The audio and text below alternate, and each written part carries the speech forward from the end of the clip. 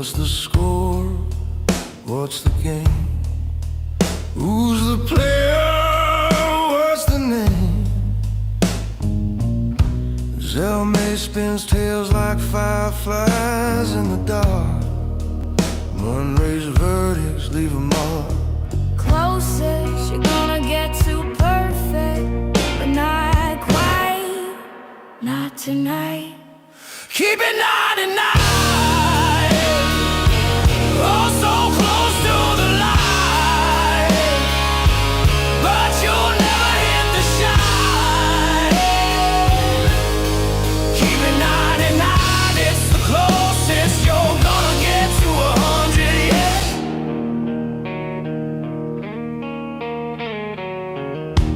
Uniqo's flow cuts like a knife, twisting rhythms full of life.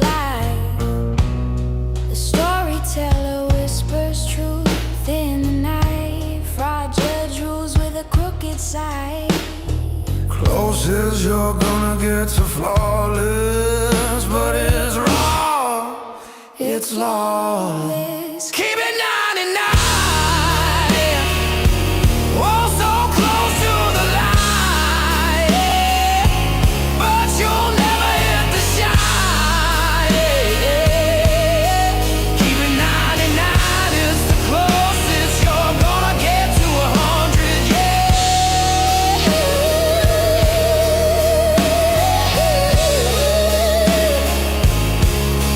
Keep it 99.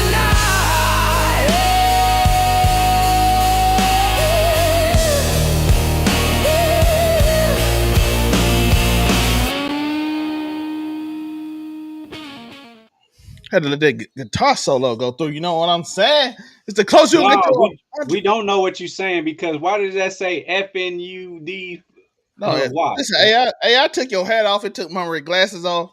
It's a lot going on. It's a lot. It took Monray's glasses off. It took your hat off, and you were bald headed. It's spelled fraud as Penund. What were you doing? I don't know what's going on. Listen, I made that right before the show because I accidentally deleted the other one. But it is Keeping 99 Sports. It is your boy, Laugh as Zelmae. And of course, I'm joined with the legend himself. The best on the mic. Yep. Especially in the Midwest. It is Uniqo Williams. How you doing there, Uniqo? I'm well, man. You was right about all that. Everything you said about me, man. Good to be back, man. I'm sorry I missed y'all last week. I was in Michigan getting it in. But we back. So let's get it. Best in the Midwest. And of course, we got the legend himself. It is the Monray. How you doing, Monray? Yo, what it do? Shout out to Uniqo Williams, pimping all across the Midwest. Otherwise, I'm down here, just chilling, being the referee, calling fouls all game across two sports tonight. Across two sports. I like where this is going. But y'all know how we do. Wait. Oh, they ain't doing that. But y'all know exactly how we do. Maybe not. I thought this recording thing would work, but let's do it. But y'all know how we do. I thought I was gonna be able to press record, but I ain't. But it is week 7. We bringing it back. It is buy or sell. We got some topics for you to buy or sell today, and we're gonna go over them real quick. First off, we're gonna get with some new news that happened today. Buy or sell. Cowboys will make the playoffs, and let's add an add-on. What if they get Crosby as rumored as of today? Monray, will the Cowboys make the playoff? I'm gonna call him stupid. Like, you gonna trade Micah just to go get Max Crosby? No way. Anyway, I ain't gonna worry about that. Will they make the playoffs? If they get Max Crosby, I think there is a small chance, not impossible, but I think it's a small chance that they could make a wild card. Only because it's gonna be competitive, but not as competitive in the NFC as we previously thought. The Vikings seem to be a step back, like I originally thought they would be. The Packers are beatable. The Bears, though they're winning right now, are beatable. And the other divisions, like I think it's the NFC West. That one's gonna be ugly to get 3 of them out of. So if they get Crosby, I think it's a slip chance. But if you want to ask me a yes or no, I'm gonna say no. Just because I think it's too many teams that are gonna have like at least 9 wins, And I'm just like, I don't know if the Cowboys can make it to 10. Uniqo. Will the Cowboys make the playoff? And what if they add Max Crosby? I'm not getting into the Max Crosby thing. I'm not doing that. I'll never make a kicker like this big of a deal right now. I'm not doing it. What Crosby is the defense end. Oh, I thought you said Max Crosby. Yeah, I plus was thinking of Mason, wasn't I? Yeah. yeah. I mean, listen, right now, Dak Prescott, and we're going to talk about this a little bit later in the show, but right now, Dak Prescott knows I got to score every time. And I've not seen this kind of pressure on somebody since Peyton Manning, in a sense. Like, we got to score every time. And I mean, the way it's looking, if I believe if Dallas sees the Eagles again, I think Dallas beats them because they are much better offensively. I just believe that. So that's where I'm at right now. This part of the season, I know it's quote unquote early, but we starting to get an idea where Cats is trying to go, right? So I can see Dallas making the playoffs. I can, because it's there. That offensive part is there. I can't deny that. That defensive part though, that's the questions. And you in a shootout every week, and you losing in shootouts. But the thing is, you putting up the points to be in a shootout. That's enough for me. Unlike the Eagles, who are The yikes. number one ranked team in the NFC. Like unlike the Eagles, who are like, I'm not sure about you every week offensively. I'm really not sure. I don't know what y'all got up there. Like, can you put up 40? We don't know. Yes, Jalen had a good week this past Sunday, but man, I don't believe in that offense like that. I believe more in Dallas offense than the Eagles at this point. So I believe that Dallas will, unless you just got the worst defense of all time, like this some NFL blitz type stuff. Like Well, they I kind of do. They rank last and everything. It is ranked 32. And this run and NFL pass blitz, and that's scoring. crazy, right? If you So lose, if you're the number one offense and have the 32nd worst defense, and at the end of the year and you don't make the playoffs, I mean, he's what's 3-3-1. behind that? That's basically the Cincinnati Bengals from last year. Yeah. Which is why I don't think they make the playoff unless Max Crosby unless they don't give up much for Max Crosby, and they can somehow get the ball first every time and score and put pressure on every team. I don't think they'll make the playoff because the NFC is stacked. The actually good conference is stacked. So I don't think they make the You playoff. really But think if they add Max Crosby, Nah, if they nah. add Max Crosby, I think they will have a good chance to make it. But right now they ain't got Max Crosby, and I don't know what they got to give up to get Max Crosby. you But think they they have can the get him best without? offense. You think they can get him without giving up a first round pick? Just a quick aside, guys. This is what Michael Jordan is looking like right now on Peacock. Oh wow!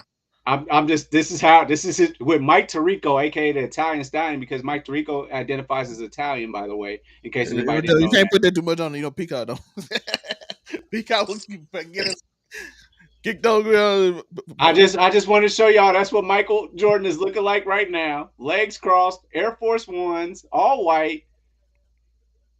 Sitting with Mike Tirico. That's what he's looking like right now.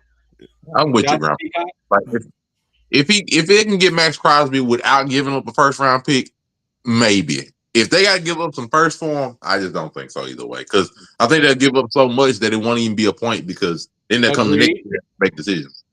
Yeah, This so is agreed right here. You gotta get something for him. yeah, so it depends on how we looking at Max Crosby. So we'll see how that goes. We got another one. Another one that just happened today. Buy or sell. Justin Fields should have been benched. Sell. Give us a reason why. The reason I say sell is because, man, give the man an opportunity to have his own offense. Like let him go for a year. He's had bad outings, but like tell me he's had a bad outing with Sean Payton. Tell me he's had a bad outing with Andy Reid, somebody of that ilk. You know what I mean? Ben Johnson. Let me see Justin Fields with because who's an actual viable quarterback for the Jets? We've only seen like at least a couple in the last few years. You kind of gave it to Mark Sanchez, but nah, not really. Mike Vick came in there. He did the best that he could with what he had. And then Chad Pennington. Chad Pennington is like the last like elite quote unquote in Testaverde. Man, these dudes is not Hall of Famers, except for Mike Vick in his own way. So with that being said, like, dude, give Justin Fields an opportunity. Let him play this year and let him be around something that sucks, and then let's go from there. Which he's very accustomed to at this point. Terrible offenses. I'm gonna be honest at this point. I gotta buy because you don't throw the ball down the field. He just don't throw it. He refuses to throw the ball down the field. He's not sure of himself. He unconfident. At some point, you gotta be like, hey, let's see what else we got. Unfortunately, they should have did more. I don't know what they can do to help him, but you got Garrett Wilson. He never get the ball. Garrett Wilson is actually a good quarterback. I think he got hurt, but at this point, all they do is run the ball and they run him. So I guess they want to try something different. We'll see what they got. But at some point, you got to tight end work. When it comes to the Jets, it's all tight end work. That's what's been going on ever since Mark Sanchez. You do get you some good wide receivers, but man, remember Jericho Cotry and those type of guys, man. I'm not considering Jericho Cotry that good, but man, I'm not considering him that good. He was okay. You wouldn't know that because he played for the Jets. Like, dude, they suck. Listen, but that's where I'm at. I mean, like, Tyrod Taylor's going to keep these games close. He's going to be like Jacoby Brissett. He knows where to get the ball to. He knows how to get it to his tight end. He knows how to check down. That's why Tyrod Taylor has been in here, because he keeps games close and he will run the ball every now and then. That's just it with this team, man. Justin's just like, man, what is this? This is not the type of offensive football that I'm known for. Like, I can throw the ball out there. Huh? Well, people be having choices to go to the Ravens and the Eagles to be backups in the offense they might could run in, but they're like, I'd rather be a starter and take the money on this sorry team. It's your choice. Fine, man. But if I'm Justin Fields going into work every day, I'm like, man, y'all niggas suck anyway, man. I'm just going at that. And some of them niggas might feel the same way about him. So there's I'm not. You can't say that about Justin Fields. I'm sorry. We can't. We the nigga that got 3 years of tape at that point. Most niggas don't last 3 years. You cannot count anybody that was a starting quarterback for the Bears. You cannot count that as if that's how you started your career out. They suck, man. It's proven over the years. The organization is terrible with quarterbacks. Yeah, like, what is nobody seeing this? Jay Cutler had to pitch an attitude just for him to get the numbers that he got. He said, "I don't want Brandon Marshall because y'all can't play up here," and he's their best quarterback they've ever had. And Jay Cutler, I know he can play. He can actually play good football. Justin Fields don't got no Brandon Marshall. I'm sorry. Garrett Wilson is very good. Justin Fields has played 56 games. That's enough tape. That's crazy. That's enough. In a trash ass organization. Tom Brady said you need 50 games to see how a quarterback is. That's 56. No. Monray. I don't agree. Byron said Justin Fields should have been benched. I don't agree. Y'all so quick to count them out, but y'all keep on letting Ryan Fitzpatrick have year after year after year after year. I call him a merchant who steals money. Y'all love to write off black quarterbacks like that's not his fucking fault, bro. He don't throw the ball down the field. He's scared to throw it. I can't help that. I can't throw it to Garrett Wilson if they on my ass every time. I can't throw no proper pass to him. Joe Burrow said the same thing about T. Higgins. Monray. What? You just brought in Joe Burrow and T. Higgins into this? Yes, since that Bengals offensive line was worse than the Jets last year. So, Murray, the Chiefs offensive line also were. I would say, now, mind you, speaking to somebody that already said Justin Fields was washed like a few weeks ago. I said this like a couple weeks ago, I think. So you already reminded me about that. Now, I would be fair. I would agree somewhat with Uniqo's take if he didn't play on the Steelers. But because he had at least about a 6-game run on the Steelers, you had Mike Tomlin, one of the best head coaches in the NFL. You had George Pickens, who was a bona fide, at least top tier 2, if not number 1 wide receiver. Oh, yeah, number 1. I thought you were going to say crash out. No. George Pickens can play. George Pickens can ball. We had games where not only in his winning games, he still was not that good at throwing the football. And even after this, Mike Tomlin still saw fit, albeit we questioned it at the time. We justified it after we saw what happened with Russ. They still chose to bench him. They still chose to take him out and put Russ in. So if Mike Tomlin even figured while we was 4, I think it was like 4-2, 3-2, something like that, when they decided to bench him, that the better option is to still go with this quarterback that we know pretty much is washed. I admit the Jets are a bad organization, but just ultimately, it's not really a lot positive to go for him. Like, yeah, he should have been benched because it's just not a lot of good proof to go around that he can be a consistent starting quarterback that'll let you be something other than 500. And so they just figured, bro, we winless. We literally have lost all 6 games with you as our starting quarterback. They got to try something. They lost. They're like, there's nothing for the Jets. The Jets are literally going to be the number 1 draft pick next year at this point. So it's like, the question was, should he have been benched? Yeah, he should have been benched. You were 0-6. Yes, you should have been benched. Now, if a different question is like, should Justin Fields be given up on in the NFL? No, I'm not going to say that just because we've seen resurgence from other quarterbacks that we thought were washed going to better organizations and stuff. So I'm not going to say that. But should he have been benched? Absolutely. You 0-6. There's no excuse for that. My problem with that is that everybody you said it gives a better chance at a other organization, they all seem to make it work when they go somewhere else. But you, like, bro, and I mean this because it's not personal on Justin Fields. Tua was benched on Sunday. They 1-5. Tua also has played like garbage, and we have more sentimental care about Tua because his health issues and stuff he's had with concussion. We understand it. He been benched, so it's not even just you, Justin Fields personally. It's just, bro, you were playing bad and your team is winless.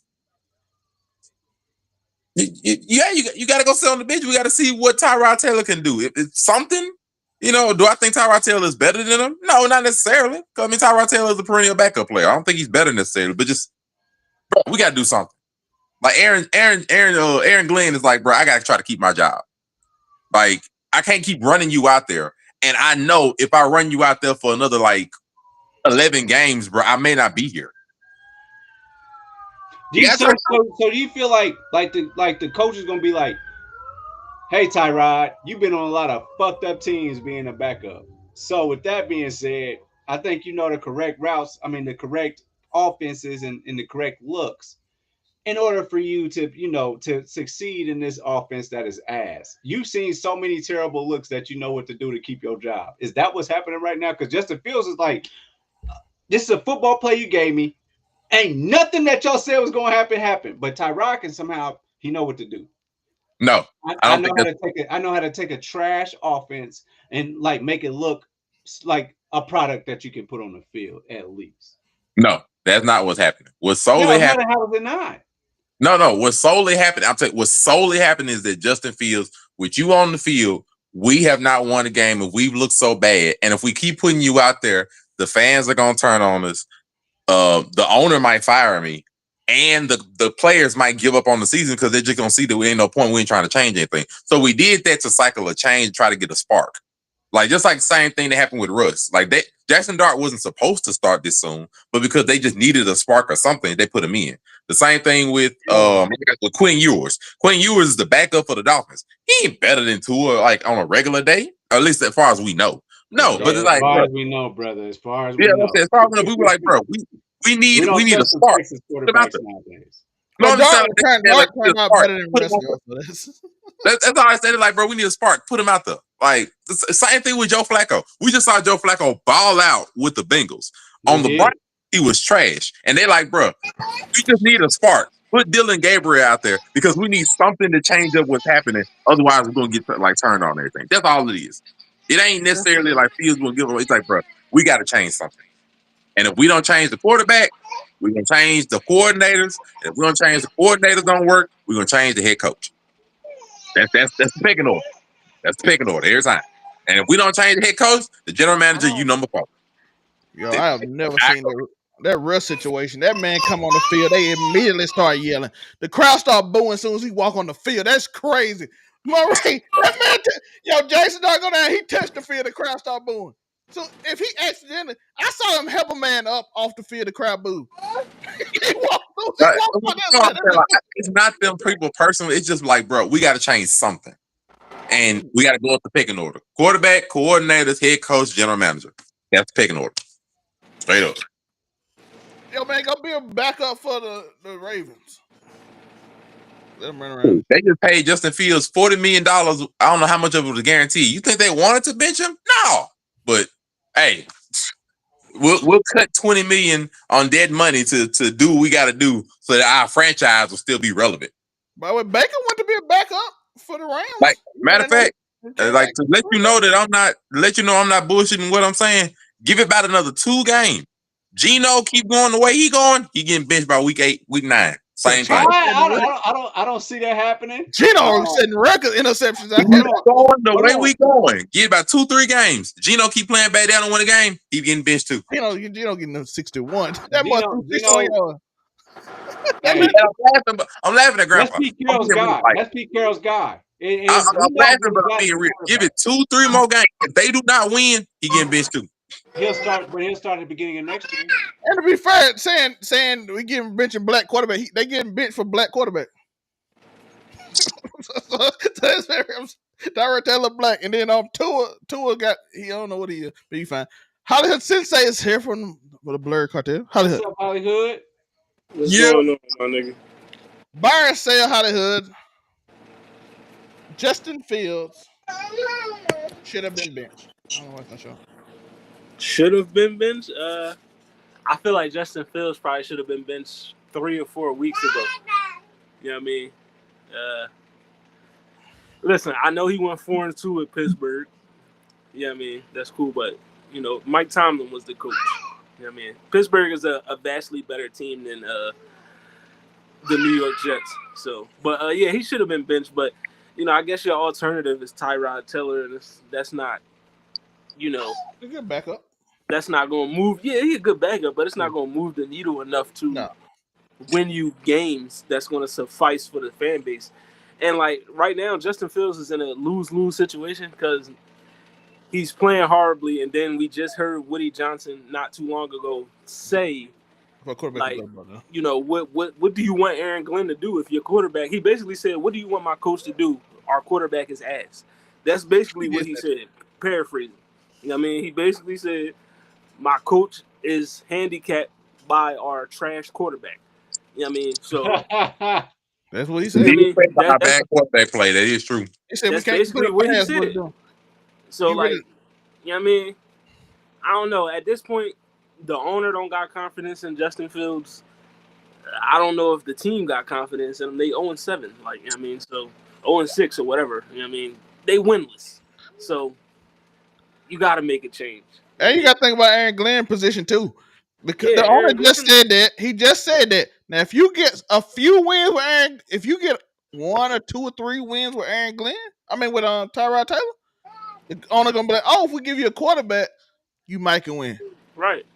So, we all know they're going to be probably the number 1 draft pick next year if it goes like this. If you get 2 or 3 wins, the owner can be like, okay, you can, if we give you something better because you won with Tyrod Taylor, maybe you can win. If we give you a great quarterback, you can win. So, over under on Jets wins this season.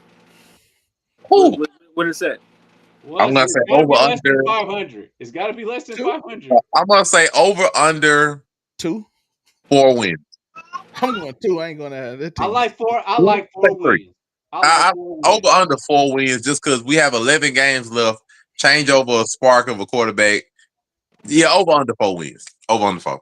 And we might even see Justin Fields be back. I think that nigga down for the season. Now we could put the over under on something like that. How many games will it take? I don't think so. That owner seemed very clear that he did not. So do the Jets? Do they just say fuck it, trade for Jameis, and then just go for it? Do the same thing that I told the Bengals to do. Tank the season and pick your quarterback in the draft next year. Don't do that. Tank. Be done with it. If you want to make some noise, I say the Jets actually go try and make a play.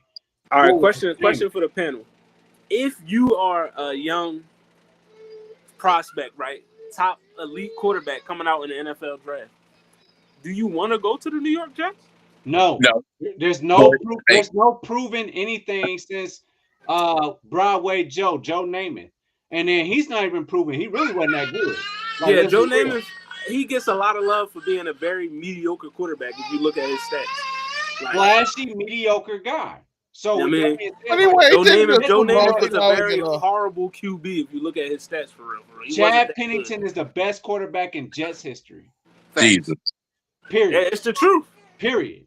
I know. I'm just saying Jesus. Like when you think about You might have to go Chad Pennington, Mark Sanchez is the 1-2, and that's crazy. What Yeah. Chad Pennington and Mark Sanchez is 1-2 in the Jets organization. Joe Namath is 3 just because he had a nice fur coat. Vinny Testaverde, top, you can throw him in there. Hey, shout out to Vinny. Come on, man. These niggas not going to the Hall of Fame. Is Vinny going to the Hall of Fame? No, he's not. Stop it. Come on, Vinny man. was decent. Vinny was decent. We ain't gonna let him Vinny too much. But He was decent, but he ain't Hall of Fame. He ain't going. Joe Namath only goes because he goes into the personality Hall of Fame. But no.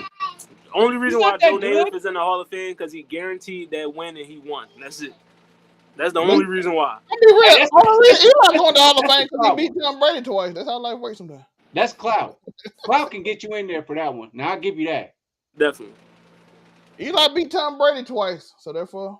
I mean, you got 2 Super Bowl wins, you got some playoff runs. Eli can get in there. I'm not gonna be But mad Eli at you. was actually a competent quarterback compared to Joe Namath. Yes, Look Hey, at Eli, hey, some years 4,000 Eli yard has some bad years. 4,000 yard Eli pass, has some 4,000 terrible passing years. yards. Come on, man. Eli was Jameis Winston some year.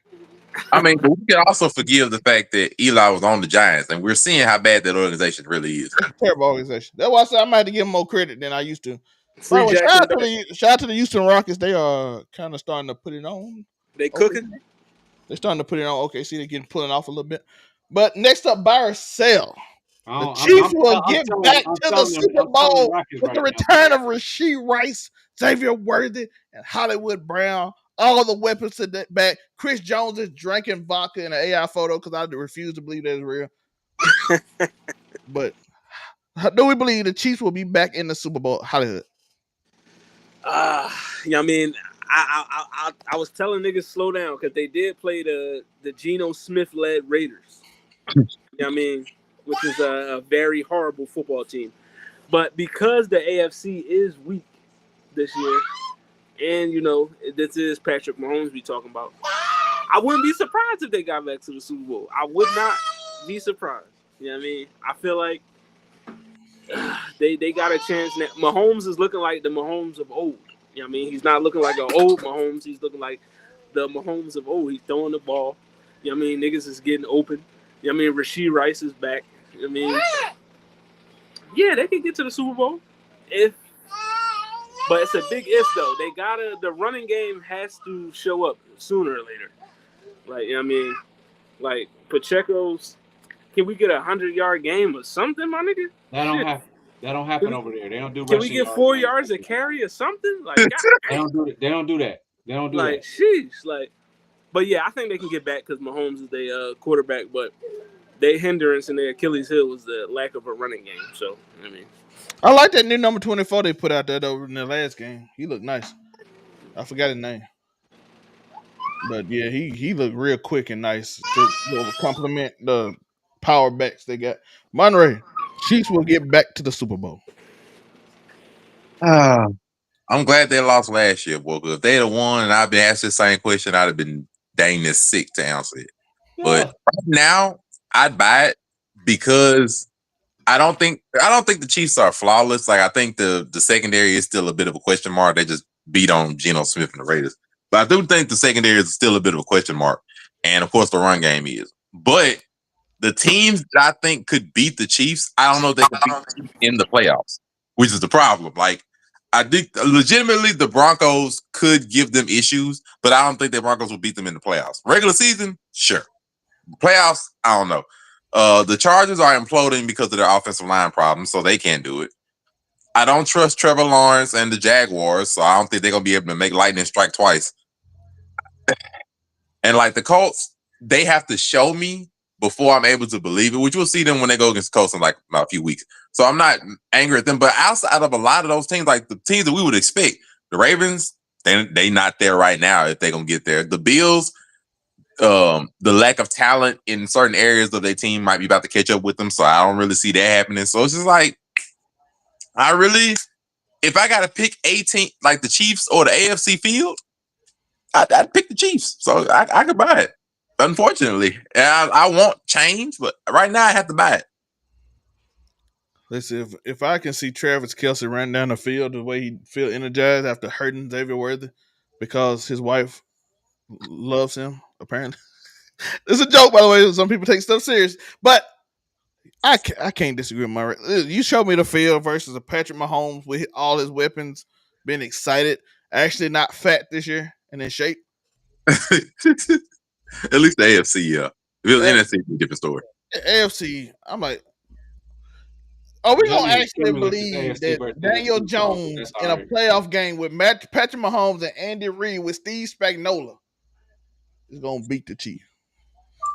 That's the real question. You think the Pittsburgh Steelers? You started with Steve Spagnuolo. You know what I'm saying? You think the Pittsburgh Steelers? Well, they're supposed to scare somebody? In the AFC, it does. Stop it. It don't scare my Eagles, of course it did. Stop but it. The AFC, I mean, Monray, how many Super Bowls has Steve Spagnuolo and them been to since they got done? I think they just said the stat is like 4 or 5 out of the last 6, and they've been 7 straight AFC championships. He don't scare me. Steve Spagnuolo don't scare me. That's pretty scary for most of the teams in the AFC, but I agree with Monray. Uniqo. Chiefs will get back to the Super Bowl. It's very possible that they could. It's very possible. Like I don't see why like I don't see an argument against them not making it.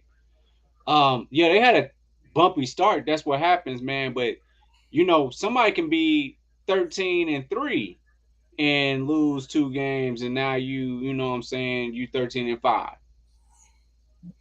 That happens. It just their little like losing streak or whatever happened early in the season, and this is where you see them start lighting this shit up, man.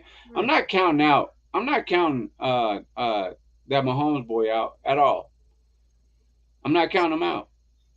Like right now, you got to show me, because looking back at a lot of penalties and stuff that Eagles should have had on tush pushes and stuff last year. Maybe they should have won last year, but that's neither here nor there. We talking about this year. We talking about this year.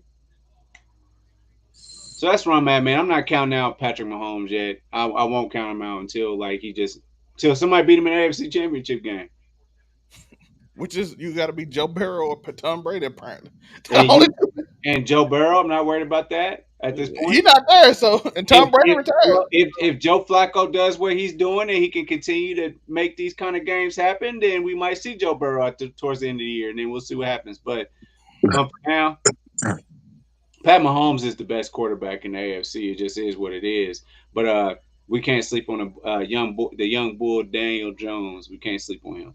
Speaking of, Uniqo, you can carry it on. Colts are Super Bowl contenders. Well, let me carry on then. Yes, absolutely, 100%.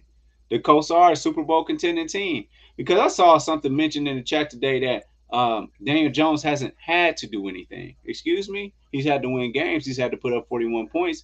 But see, at the end of the day, this is a team game, and the Colts have played like a complete team all season long up to this point. So that's where I'm at. Yes, absolutely. The Colts, 100%, I believe that they could beat the Chiefs, and I believe they could beat the Bills any given Sunday, period. I believe in the Colts at this point in time, especially because of offense. That offense that's given us 20-18 games, just like the Eagles and them like that. No. They're winning games. They're putting up a lot of points. And if you win close games after scoring a lot of points as well, I think that says a lot. So, yes, Colts can 100% make it to the Super Bowl. And, hell, I put my last $5 on them. Luckily, I'm not down to my last 5.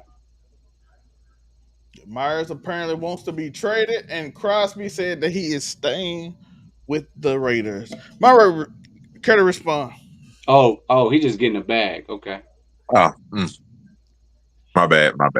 They told me not to sleep on Daniel Jones. I was not talking. I'm sorry. I apologize. No, they're not Super Bowl contenders. They will have to show me, and I say that because, as I say, I believe in stuff like strength of schedule, but just mainly because in a playoff atmosphere, you have to show you can do it before I buy that you can do it. And so it's not necessarily just the Colts. I'd say the same thing for like Trevor Lawrence, even though they got like 4 wins. And you're talking about the wrong tier right here. Wrong tier. Same thing for Bo Nix, they got 5 wins. Most of them gonna all be the same thing. No, you're not Super Bowl contenders until you show that you can compete in the playoff atmosphere. Colts have 6 wins. Congrats to them. This ain't the first time Daniel Jones had 6 wins on the team. I even showed those numbers. They look strangely identical to what he did the year they made the playoffs with the Giants and won that playoff game and robbed the Giants nation of $40 million a year. The same thing. Absolutely not. So no, I even believe the Colts might even make the number 1 seed. I even believe that just because like how favorable the schedule is, how good the team's playing. I even believe that. But for them to be Super Bowl contenders, that will be me putting them on the same air as the Kansas City Chiefs. That's just not true. Not until I think it's like November 23rd. I can't do it. I can't do that. Dan Jones got 10 touchdowns this season. Jonathan Taylor got 11. They're not asking him to do much because we have an elite game. Good thing. Touchdowns too, sir. They don't need him to do much. That's the point. That's how Dan Jones operates the best. When you don't need him to be that guy to carry your team over a lot of times. I ain't buying that one. That one I'm selling. Playoffs? So you know what it sounds like is you're selling Daniel Jones. You're not buying the Colts. I sell the team. Are you buying the Colts? No, because I'm selling Daniel Jones. No. Right. No, wait, Sean, I would buy Jonathan Taylor any day. Jonathan Taylor is a dog. Shout out to JT. Yes. Stay healthy, please. He ain't even on my fans. I just love seeing running backs run. I need all running backs to be healthy. Crazy. I can't As wait. a former running back. Week 15, I can't wait to see the look on your motherfucking face. Well, I even just said I think they will be the number 1 seed. I acknowledge that. So you might give them no credit. Because Daniel Jones hasn't been required to do nothing. We've seen this story before. We saw this with Daniel Jones even before. We've seen this with the Pittsburgh Steelers before. Just because your team win a lot of games don't mean that your team is elite. Hollywood Sensei. Go ahead, because I was going to ask you about the Steelers. Are the Colts Super Bowl contenders because they play in the AFC? Yes. You know what I mean? Now, I do agree with Monray. You know what I mean? Daniel Jones, to me, kind of reminds me of Sam Darnold last season. You know what I mean? When will Daniel Jones become Daniel Jones? Oh, yeah, we did see that with Darnold last year. You know, that's the big question. You know what I mean? The Colts have a tremendous running game. Jonathan Taylor is literally playing like the MVP. I ain't even gonna hold you. Like, I mean, I know I said Baker last week, but Jonathan Taylor had 3 games of where he had 3+ touchdowns. Like, come on now. Like, I mean, he's just on a tear. If the running game stays the way it is, and Daniel Jones can just manage the game the way they asking him to, and that's not a bad thing to be a game manager, because Tom Brady did it most of his career and he won 7 rings off. Is throwing 3 touchdowns a game? Is throwing 3 touchdowns a game manager or? It's not. You know what I mean? That's actually very productive. Shut up. You know what I mean? It's actually throwing 3 touchdowns a game. What game is Daniel Jones throw 3 touchdowns? Well, look at him. Look at it. You got your iPad over there. Look at it. You got your tablet. But yeah, they're Super Bowl contenders because they play in the AFC and because they play, in my opinion, in one of the weakest divisions in football. So, you know what I mean? They will be able to get to the playoffs because who's their competition? You know what I mean? The Jags, I think they about to fall apart. You know what I mean? That was just a horrible game they played against the Rams. Ryan Thomas is out. And for some reason, him and Trevor Lawrence have no chemistry at all. The Texans regressed crazy, and then the Titans are the Titans. So the Colts got an easy path to the Super Bowl if they can get that number 1 seed. All you got to win is 2 games. You know what I mean? You get the number 1 seed, all you got to do is win 2 home playoff games, and you can get to the Super Bowl. So I'm going to say yes. I'm going to say because the AFC so trash, yes, but if Patrick Mahomes stay healthy, they lose to them. But and maybe they run to Josh Allen. That's my only problem with it, because is Daniel Jones going to outduel Patrick Mahomes and Josh Allen if they play? Because they're going to have to play one of them. Most likely play one. Is he going to outduel both of them quarterbacks? JT going to have to go crazy if they have, because I don't think he can outduel them. That's the only reason I'm going to say they can. But I'm going to end up selling because I don't believe they can beat them 2 quarterbacks at the end of the day. Unfortunately. Shout out to the Colts. Great season, JT. I hope you do it. I hope JT get the MVP. That's what I want. I want JT to get the MVP. I always want running backs to get the MVP. I was so sad Saquon didn't get the MVP last year. Come on, JT, get the MVP. It's not 3 touchdowns a game. It's 2. It's closer to 2. It's closer to 2 touchdowns a game. I apologize for that. But I can say that completion percentage is 71% a game. 7 out of 10. I'm proud of him. Hello. Next to do much. Mm. Manage the game. That's all we want. Mm. That's easy. It's not game management. He's making plays. He's making plays. Are you not understanding that? He makes plays. It ain't hard to make plays when you team up 20 points. Oh, here you go. They ain't been in no close games this year. They've been in 2 close games. They won one of them. No. I take it back because they struggled with the Cardinals with Jacoby Brissett. So they've been in 3 close games. So what that mean? That means you struggle with teams you shouldn't struggle with. Oh my God, I love this. I love this narrative. Keep it going. How many more weeks we got? Let's go. We got 2 more. We got 2 more because we got a lot. We've been on this for 40 minutes, so let's carry on. Lamar Jackson by himself will take the Ravens since he's coming back. He's coming back. Lamar Jackson, the MVP 2 years ago. Second place in MVP. Future Hall of Fame is coming back to the Ravens at 1-5. Monray, you got a lot to say about this all week. Lamar will take the Ravens to the playoffs.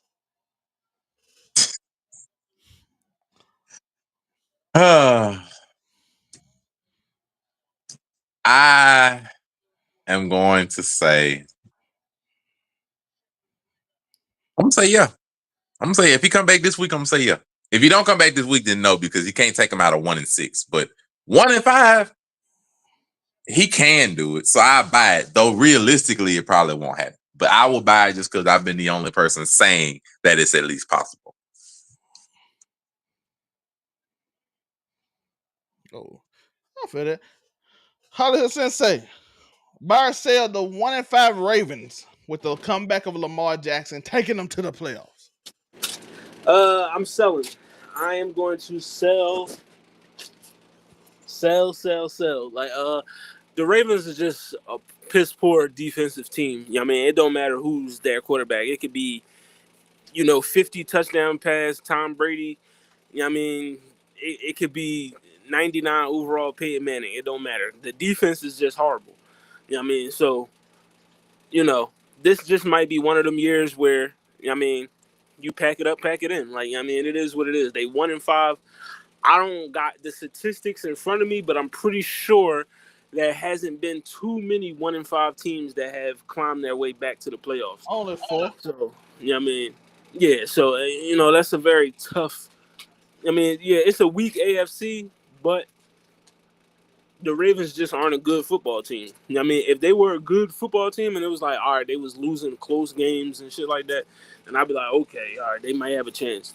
But they just not a good team. And regardless of Lamar coming back or not, I feel like the hole that they're in is too big to climb out of. So I'm selling. I gotta sell. It's only 4 teams, David. The 1970 Cincinnati Bengals went 1-6. They ended up winning the division. 2015 Kansas City Chiefs started 1-5, but won their final 10 games and went 11-5. The 2018 Colts with Andrew Luck started 1-5 and ended up 10-6. Andrew Luck led coach, and the 2020 Washington football team started 1-5, ended up making the playoffs. Only at 7-9 though. Only at 7-9, but they ended up making the playoffs because that's when the NFC East was awful. Oh, bad then. That was bad year. Yeah, and it was during, I think that was like during the COVID time too, so it's weird. So that's why I think it's 7-9. But yeah, it's only ain't that many teams that ever do it. And I don't know if they can just run it off like that with that defense. We know why the Colts didn't win, because Andrew Luck was hurt the first part of the season. He came back, they came back and won. They had a decent defense.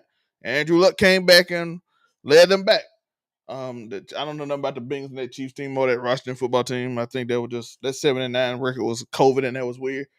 But Lamar Jackson, Andrew Luck, but they ain't got the same defense. I don't know, man. They ain't got all the pass rushers. I would say on their defense that the last game the defense played, which is against the Rams, they showed a lot of improvement. So I do think if they continue down that trend to be high 20s, just something where you can get a stop. Possible. But if they lose to the Bears, it's over regardless. So. Ben Johnson gonna be out here yelling at Caleb Williams again. Uniqo. Lamar Jackson will take the 1-5 Ravens to the promised land called the playoffs with that defense. Byron the seller. Man, if I was Lamar Jackson, I would just say I'm a little bit more hurt a couple more weeks after I'm supposed to be clear, man. Just watch this shit up, man. Just watch it, man. Just watch it. It's like if they had kept you in there, and then people would be like, man, like that time when Kobe got hurt and the Lakers limped themselves into the playoffs, and they just had Dwight Howard out there. You know what I'm saying? Like, you want to do your best to show like you really tried. But in this situation, man, just leave this season alone. Because, man, it's already a mess. You got the Browns situation over there. You got Aaron Rodgers over there doing whatever he got going on. It's too much. Just watch it. I hate to say it because you don't want to watch a year of your life. You'll never get it back. But he has nothing to play for other than making noise in the playoffs. Okay, I'll give you that. But other than that, from damn, because I'm thinking about that last time he was really hurt going into the playoffs and he couldn't play, and that was a bad look. I don't know, man. Let's go over the schedule real quick, and then we can move on to the last one. You can, yeah. The Ravens. The Ravens are a non-factor to me, so the Ravens are playing the Bears. That's probably gonna be their toughest team for a few weeks. Can they? If they lose, I think they hang it up if they lose. I think they done if they lose. Yeah. Then they play the Dolphins. That's a win. Then they play the Vikings. Is JJ McCarthy gonna be back? That defense is bad, and they got two really good receivers. That game might be a shootout because they got two really, really good receivers. and I don't think the Ravens secondary is awful. But to me, that's more in the air. But that's more in the air if they lose to the Bears. The Browns, they can beat the Browns. The Jets, yeah. The Bengals, with the team they got now, that's a shootout for them. So that's something. The Steelers, Aaron Rodgers proved he can score, but that defense ain't all that great. But let's see if they can improve by then. The Bengals again. And then they got the stretch that worries me and don't. This is the reason I don't put them in. They got the Patriots with Drake May, the Packers, and then the Steelers again. If they lose them back-to-back games, it might already be over by then because I don't know. What would they be 9 losses at that point? After you read it off like that, damn, they kind of got a chance, even with a backup quarterback. No, it's going to come up to the Bears game. I mean, if you can get Lamar Jackson back, but then... Hold on, Lamar, if it's Cooper Rush, it's over. Does that really scare? It's a chance. Legitimately, they have to not have any more than, I'm going to say, 2 losses on the rest of the year. No more than 2. Because, and my rule is always 10 and get you in. You get 10 wins, you get to the playoffs. They have to run 9-2? Yeah, 9-2 for the rest of the season. That ain't easy. But if they get on a run with these easy games and really just get past this Bears game and run off 6-1, then you'd be at like 7-6. That's a conversation. Then you got kind of a conversation to have. And then you have a tougher schedule after that. But right now you got this their chance to run it off though. That'll keep people in the seats coming to see the games. Like, can the Ravens win this week? Like, this really make you want to go to the game. Like, can they win until they really actually out? They might keep them in this conversation. So this the 5-game stretch right here. The Bears, Dolphins, Vikings, Browns, and Jets. They got to win at least 4. You could run that. You could run that down. At least got to win 4 and then the next 6 gonna look a lot tougher because it's the Bengals, Steelers, Patriots, Ravens, and Steelers again. That's a lot tougher than the first 5, but yeah, they got to run the table on their division. They have to beat the Steelers, and they have to beat the Steeler issue is the problem. The Steeler issue is the problem. That Browns issue, unless there's some things that change with quarterbacks, that you cool on that. It's actually kind of doable. It's kind of doable now, so I take it back. It's a slim chance because any given Sunday some screwy stuff happens. That's why I said the Bears game is important because you can't start off. Yeah, that Bears game is going to be important for both of those teams. They cook, they lose. I think they got to win the next 5 to be in because once you get to that last 6, it's going to get a little iffy. Because I'm included with Joe Flacco on the Bengals because Joe Flacco can get T against the ball, and that's a problem for everybody. I look. I'm be real. I ain't gonna live the Joe Flacco. I think Flacco same thing. I give him 3 games before he go back to you 40.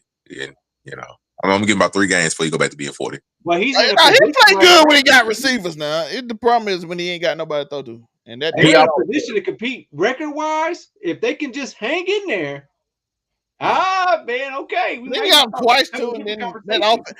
But you Just got like to with think this about it, NBA Monray. You got to season think that's about it coming like this though. It's Joe Flacco and them receivers against that defense. It ain't like it's against a good defense. I know that. Then I'm also remembering this is also Joe Flacco. Like And it's also that defense. That's the problem. Joe Flacco. Like I remember this is Joe Flacco, but it's also Joe Flacco. Like Joe Flacco is 40-year-old quarterback. He ain't finna go 300 yards and 4 touchdowns every game. This ain't Joe Flacco no more. Like so, I'm giving him 3 games. But We go back to being Joe Flacco. He might do it next week. But against that team, he might. Let Jamar Chase have 18 receptions The defense showed growth last time with the Rams. The Rams only scored 17 points. They showed growth. And I'm saying, is it possible? I think it's possible. Realistically, probably not, but it is possible. I'm gonna tell you why I think it's growth. It's the same thing with this team right here. Will the 49ers win? Will they win their division? Listen, that defense, them young boys were playing out. They got their first chance to play with Bosa out and the middle linebacker. They got their first chance to play and they were sprinting out there. They were running like crazy. But when everybody see them in a few weeks, we'll find out. Kyle Shanahan is a wizard, man. That man is a great coach. That man is a wizard, man. Will the 49ers win this tough division? Oh, my bad. You asking me? That's a Uniqo. Okay, good. I think. One more time. Will the 49ers win this division? Seahawks, Cardinals, Rams. I got the Rams winning it. They're in the top 5 of the NFL. Duh. They got arguably the best quarterback in the league right now. Yep. So that's where I'm at. Yeah, that my man says selling the 49ers. Like, shout out to Mac Jones. He's done an incredible job of making it look fun. But Kyle Shanahan make any quarterback look good enough. That's great. I just wish I wish Justin Fields was that backup quarterback at this point. But it is what it is. He chose to get that paycheck. He could have been a backup. How does Sensei? Will the 49ers win their division?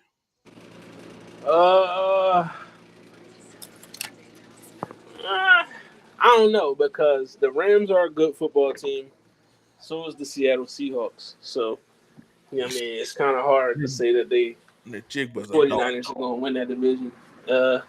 They shouldn't have won on Sunday, but because the Atlanta Falcons have a very inept coaching staff, they won that game. But they shouldn't have won that. You going to the front office on the see the name right there. Y'all see the name? Fire who? Yeah. Fire Zach. You go to the front office on the Falcons? Okay. Yeah. It's a very horrible. How about your quarterback? You know what I mean? Huh? Are you sold on your quarterback? I'm not going to give up on Penix yet because he only been in for 10 games. Okay. He only got like 9-10 starts under his belt. So, you know what I mean? I'm not going, but the 49ers, I'm not sold on them yet. You know what I mean? You know, I feel like the Rams and Seahawks is better. So I'm going to say no. They don't win the division. Monray. Will the 49ers win their division?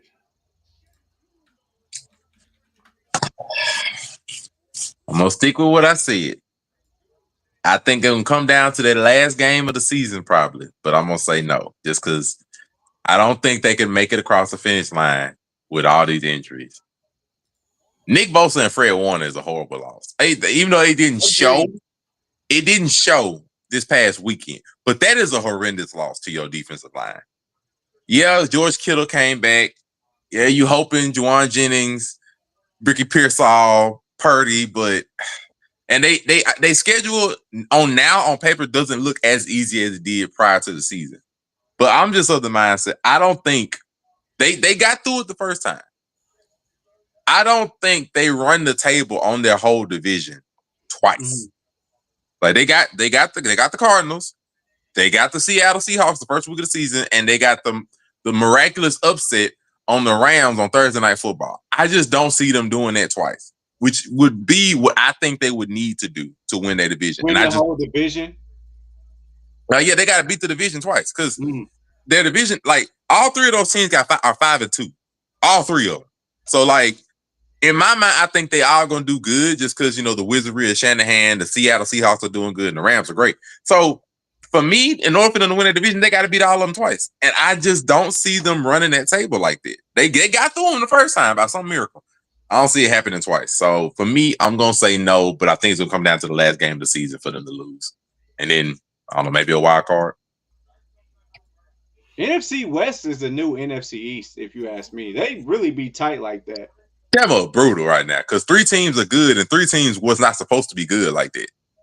And they got hella good coaches. Well, Even the Cardinals, I think they said the Cardinals' total losses this season is like 11 points, even though they lost like 4 games.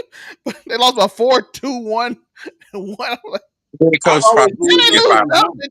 lose dumb ways too. They like fumbling in zone and shit. I believed in Sam Darnold when he was at USC. Their head coach, their head coach of the Cardinals is probably still gonna get fired after the Titans lost. So I don't think he's gonna make it through regardless. Bro, they lose the dumbest way. The Cardinals lose the dumbest ways I've ever seen, and they barely ever lose. They're gonna trade Kyler Murray, fire their head coach, and they're just gonna start from scratch. I don't see no trading to Kyler Murray. You don't do that. Not in this league. You don't trade him like that. This is not Luka Doncic situation. Yeah, he ain't no Luka Doncic, but you can't go. He's not for his team. He's not Luka. No, you see his ceiling. He doesn't have a ceiling to be able to. Like, you're not gonna get any further with Kyler Murray than we've seen. You just don't know what you're gonna get. Is that why you're saying that? Because you just don't know what you're gonna get? Because that's what happens with Kyler Murray. You just don't know what you're gonna get. No, because you know what you're gonna get, and it's not. No, you don't. Any given play is a big play, or it might be meltdown. Either way it goes, you don't know what you're gonna get, bro. Yes, you do. Yes, you do. We've had Kyler Murray for what, 4 or 5 years?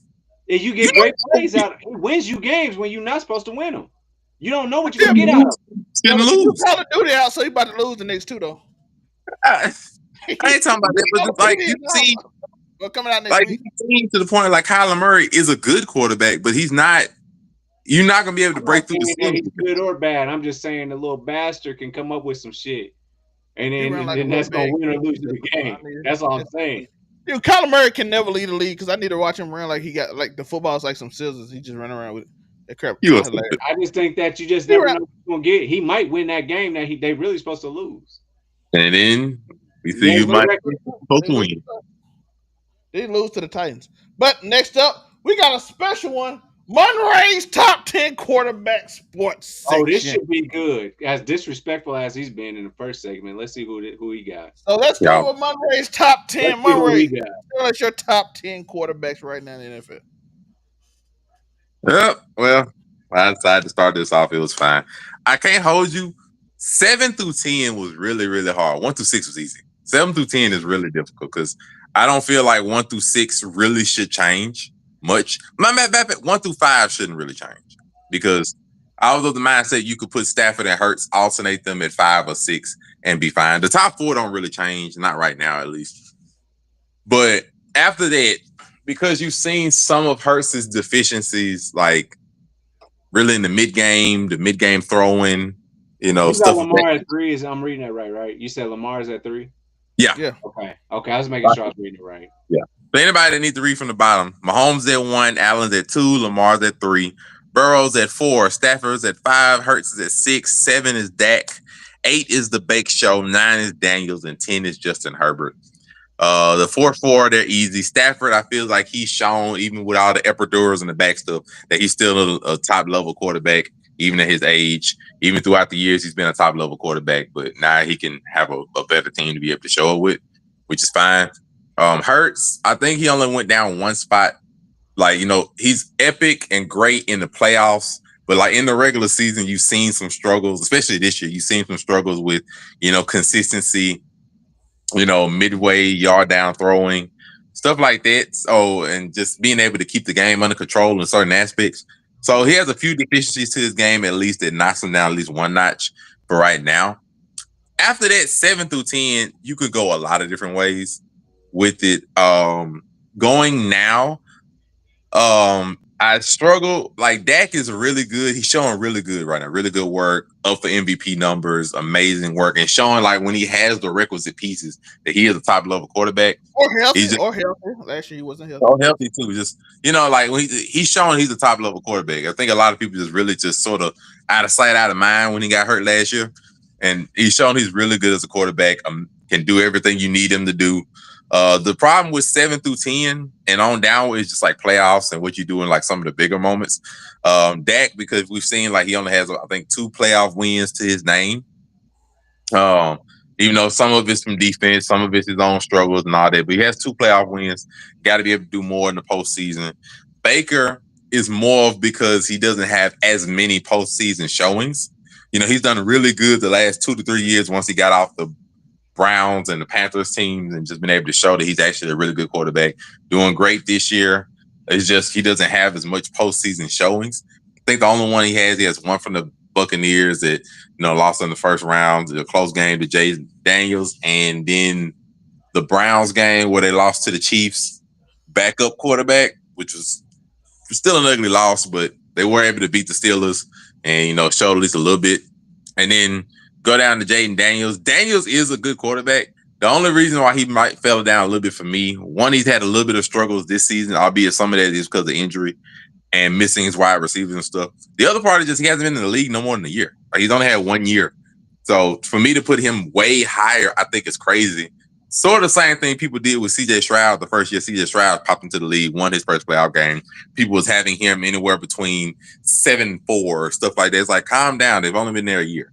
Give them some time to flesh themselves out, flesh out their pedigree more, see what they're about. Besides the first year where you're surprised and teams don't really know what to do with you yet. So it came down a little bit for me. 10, look, you could have argued a lot of people for 10. I gave it to Herbert, but it's a number of quarterbacks I felt you could have put at 10 and nobody would have really looked at you too crazy. But I think Herbert, the talent he has been in the playoffs, just hasn't had good showings in it. But he has talent, he has numbers, he's good in the regular season. I went ahead and just let him just lob off a 10. That'd be the good one to show for 10 at least. That's my top 10 right there. Since we have Monray's top 10, I feel like most people's top 10 is going to be similar with a few exceptions. So we don't have to do, man. We just can discuss it. Hollywood Sensei. Oh, my top 10 is completely different. Yeah, man, because this man's top 10 is crazy. I want to know Hollywood's top 10. So number 1. Arguing. Number 1, I got Geno Smith. Number 2. Whoa. Number 2, Bryce Young. 3, Justin Fields. 4, we're going to go Cooper Rush. 5, Spencer Rattler. You know what I mean? 6, we're going to go, what's his name? Kyler Murray at 6. You know what I mean? 7, I got, what's his name? Trevor Lawrence at 7. You know what I mean? 8, we got Michael Penix at 8. You know what I mean? 9, Mac Jones. And then 10, you know what I mean? At 10, we'll go Daniel Jones at 10. No, but, you know what I mean? Trolling aside, I agree. You forgot one, Hollywood. Oh,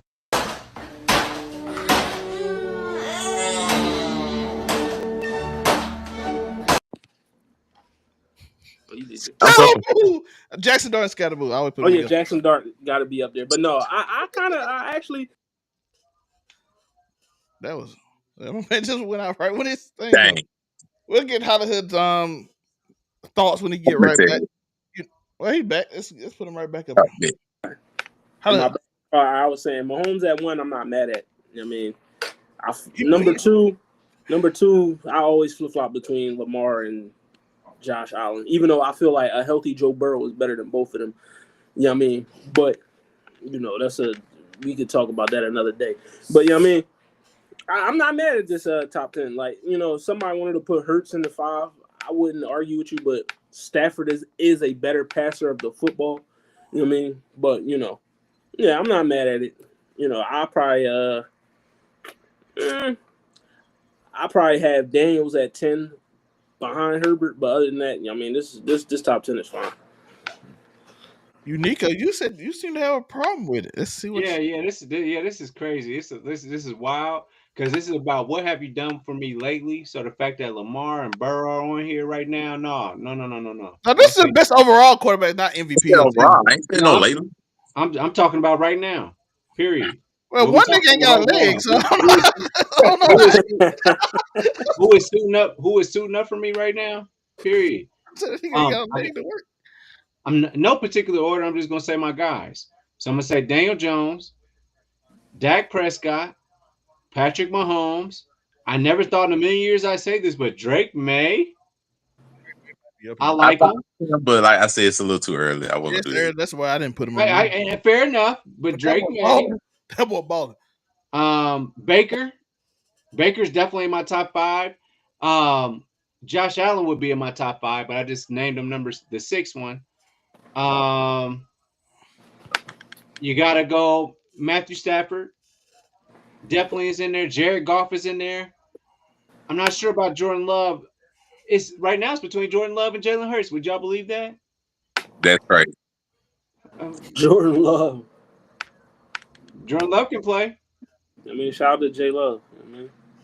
I mean that's where I'm at. Those are the most significant quarterbacks to me. I'll just say the five is Dak Prescott, Daniel Jones, Patrick Mahomes, Drake May, and Matthew Stafford, and then give some love to Jared Goff. That'd be my MVP race, but top I two. mean, that's kind of where I'm at with the quarterback race right now. I could buy MVP, but Yeah, permanent quarterback, no. That Daniel Jones thing ain't coming over these. I already know, no sir, not right now. he might get most improved, but like okay, let me take Daniel Jones out of if y'all don't want him in there. I'll take him out of there, and I would say the next up.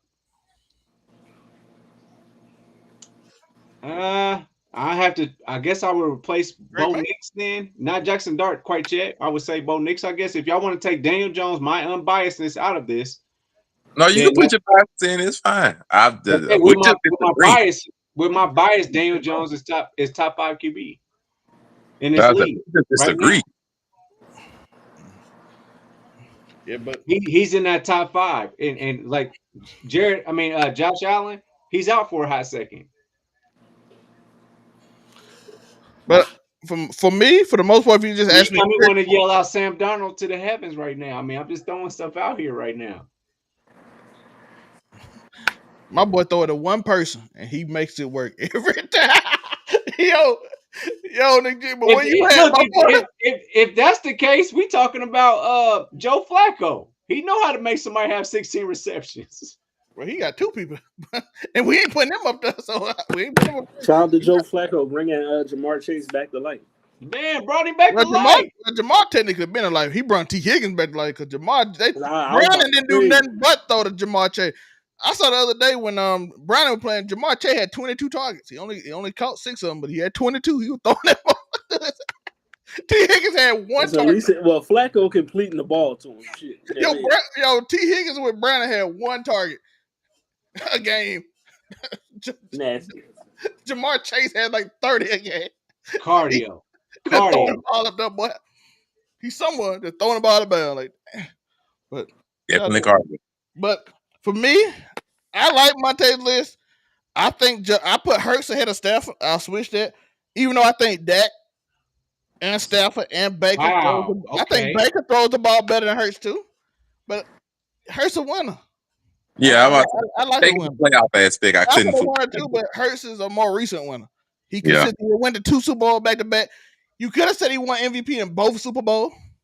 Because even the one he lost, he damn near balled out. So, but both Super Bowls, listen.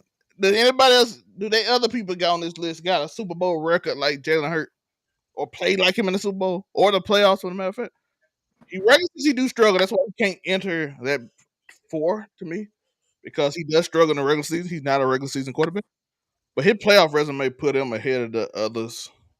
I think, like I said, Dak is a field general, way better. Baker's a thrower is better.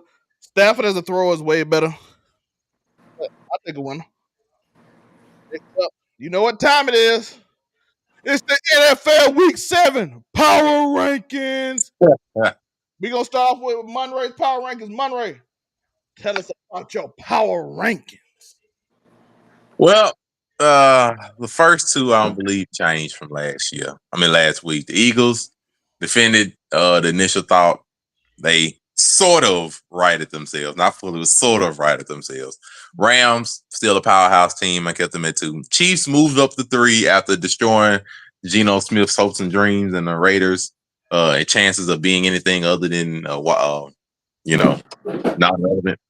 And then you got the Colts. Move the Colts up to 4. I think they've gotten to the point now where they can show respect on power rankings a little bit. And then it's just a matter of showing how they can separate themselves from the pack. 5 could have been a number of teams. It's a lot of 5-2-ish teams that could have been there. I didn't want to separate from the Packers so much because the 5-2 teams all have a few deficits. So I just kept the Packers on there as the one I thought of because the Bucs were on here at number 2, but they failed, unfortunately. But it wasn't just because of their loss. It was mainly because they lost the game, but also Mike Evans is gone for an undetermined amount of time at this point with their shoulder injury and a concussion. So now both of the receivers hurt again. Yeah, Ibuka. I know Ibuka was hurt. He was I don't think banged up. He was banged up coming into the game. And so now it just seems like the Buccaneers injuries maybe starting to catch up with them a little bit. So they fell off the rankings for that reason as well, just because I don't know what shape they're gonna be in going forward. Now I'm looking at them like they might be another version of the 49ers, and you just gotta win however you can. But hoping the best for them. But right now they gotta fall off the rankings until we see what state they're gonna be in. Fair. Next up in the power rankings, we have my guy Hollywood Sensei. Eagles at 5. Good bounce back win against Minnesota. Even though I feel like they cheated Hawkinson on that touchdown catch, but don't let my Philly niggas know I said that. But Chiefs at 4. It's on my Zelmae Rants, and I disagree, by the way, so it's going to be fun. Chiefs at 4, even though they did beat the poorest Geno Smith-led Raiders. But, they getting their winning ways back. Mahomes is back. Bucks fall from my number 1 to number 3 because they lost. So, you got to fall because you took that L. Lions, listen, they look good yesterday, even with the injuries on defense. So just imagine when they get all the motherfuckers back. And then number 1 is the Colts. They just keep winning. I get it. They may be playing teams that are, less than desirable on the win-loss record. But, hey, you got to beat who you put in front of you. And they just beat the Chargers, and the Chargers are not a bad football team. They came to L.A. and they spanked them. So I got the Colts number 1. That's NFC, AFC, like we saw the Falcons whoop on the Bills, but I said NFC, AFC, sorry conference. Uniqo, brag about your sorry conference. You ain't got it. Well, you know what I mean. That's the more I look at this list that I have here. I actually would want to put the Bucks above the Eagles at this point, just because of the moxie that their quarterback has. Their quarterback. I gotta notice that he trying to put. I get what just happened, but man, the Lions are the real deal. I'll say that much. The Lions are the real deal. Their offense is an offense I can believe in. And then also their defense, man, they show you what's going on, man. That Hutchinson boy is out of his mind. He's a real white boy for sure. And then, man, I don't want to get out of here at this point. But it's tried and true. The Colts are number 1, the best team in the best team. Quit bringing up the quarterback's name. Stop saying Daniel Jones. Keep his name out your mouth, my nigga. You're the quarterback. Team. I'm talking about the best team, because if we talking about the number 3 Eagles, I don't believe in that quarterback, not at all. No. You mean the Super Bowl MVP? The Eagles? No, I don't believe in. I like Super Bowl MVP. I don't think he's like that. I think he's cool. He's an okay guy. He could be a Tyrod Taylor. He could be a Tyrod Taylor if you ask me. He could have 2 He should have 2 Super Bowl MVPs right now. Well, if you have a great team around you, then it is what it is. I don't think even that makes you give you 2 Super Bowl MVP. He only has one MVP, right? He should have two, but he got one. He does have one. This nigga was winning. Nigga won 24-21. Not in the Super Bowl, he didn't. Like I said, the Colts are just unequivocally the best team in football. Unequivocally is nasty word. It's easy. I mean, the Lions look amazing. I mean, I believe in the Lions offense more than I believe in anybody else's offense. Like they don't mind going for it. They believe in themselves. Jared Goff, is that the best quarterback in the world? No, y'all didn't say that shit either. But man, he's making it happen. And I think he might be more qualified than that Eagles boy. But I'm just throwing that out there. Yeah, we beat him too. He got beat last year. I'm just throwing stuff out there, man. And honestly, I'm ready to throw Josh Allen back to where he belongs because honestly, he's not. No, not no top 5 guy. I ain't never believed him to be that. I ain't never believed him to be that. I'm gonna pray for y'all. I gotta watch the football. Y'all watching. Let's go. You know what time it is. It's Zelmae's Power Rankings. You know, number 5, we got the Chiefs. Mahomes lost his belly. He got his receivers back. You know, my boy out here, they put some crazy out on my boy. He did not do that Super Bowl celebration. You gotta forgive that. But Rashee Rice back. My boy got his weapons. He lost his belly. He running the ball. I think he's number 1 in offense overall between rushing and passing right now in the entire NFL. Patrick Mahomes is back. Chris Jones is now actually giving effort after he saw my speech. He saw my Zel Rant. My boy giving max effort. He's sacking everybody with shoulder pads up. You know the Chiefs are number 5. Number 4, the Colts. They in there by default. They got a good record, so we had to put them in there to give somehow. Not a bitch. At number 4, they got a good record, and that's the only thing. Thank you, Jonathan Taylor. I love you, Jonathan Taylor. You are great. You're a great running back. I enjoy watching you every week when y'all pass the ball, kind of turn the channel. So I don't know what happened when that happened. But the Detroit Lions is number 3. Why? Respectful. Yeah, I turn the channel when they pass the ball. I just want to watch Jonathan Taylor. I don't think worth watching on that team. The Lions are amazing. I love the Lions. Shout out to them. They are a great offense. Jahmyr Gibbs doing his thing. David Montgomery doing his thing. I got both of them in each fantasy. I got 2 fantasies. I got 3 fantasies and one of them on each one of them. So I know they're doing that thing. Armand St. Brown, amazing. They got a tight end that's out of this world. Jared Goff is playing well. Defense is kind of coming together. They still ain't elite, but they are the.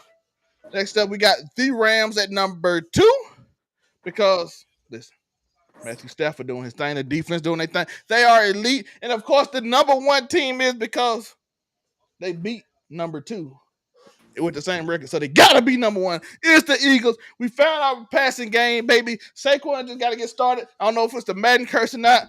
Rest his knees or whatever we gotta do. He almost got hurt this week, but we got a boy Tank. We went and got Tank Bigsby from the Texans. He ran that thing too, so we got it good. So Saquon get hurt, perfectly not because that boy's elite. We got somebody else that can run that thing. So the Eagles. We get Jalen Carter back right because I don't know what's wrong with him a little bit, but it looked like they was getting back into the groove. Made a few mistakes on defense, but we gonna get everything right. We're the best team in the league because we beat all the best teams because we played the hardest teams and we still beat them. That's how we do this, and that is the Zelmae's Power Ranking for this week, as well as everybody else's. But we got another one. Y'all know we got another one. We can't just do it like that. We ain't stopping the Power Rankings. It is the NBA Preseason Power Rankings. So, you know, we got to go put that up real quick. So, we're going to start this time with Uniqo. Uniqo, tell us your preseason Power Rankings. Well, you already know what it is, man. Lakers at 5 because, as long as you got LeBron, you in there. I got the Cavs because, okay, good record, guys. Good job, guys. I got the Knicks because on paper, y'all supposed to be it. Y'all supposed to be it like every year, right? I got Houston at number 2, and then tonight is showing me why OKC is number 1. Up next, we have Monray's. I'm very intrigued about Houston, though. I am intrigued. I'm watching their game plan right now. I'm very intrigued about how they want to do this. So, next up, we got Monray's Power Rankings for the NBA preseason. Mine, I feel like a lot of us are gonna share the teams in a way. OKC, obviously number 1, they the champs till somebody knock them off or they show a downturn from what it was last year. Nuggets, I got it too. I like the offseason moves.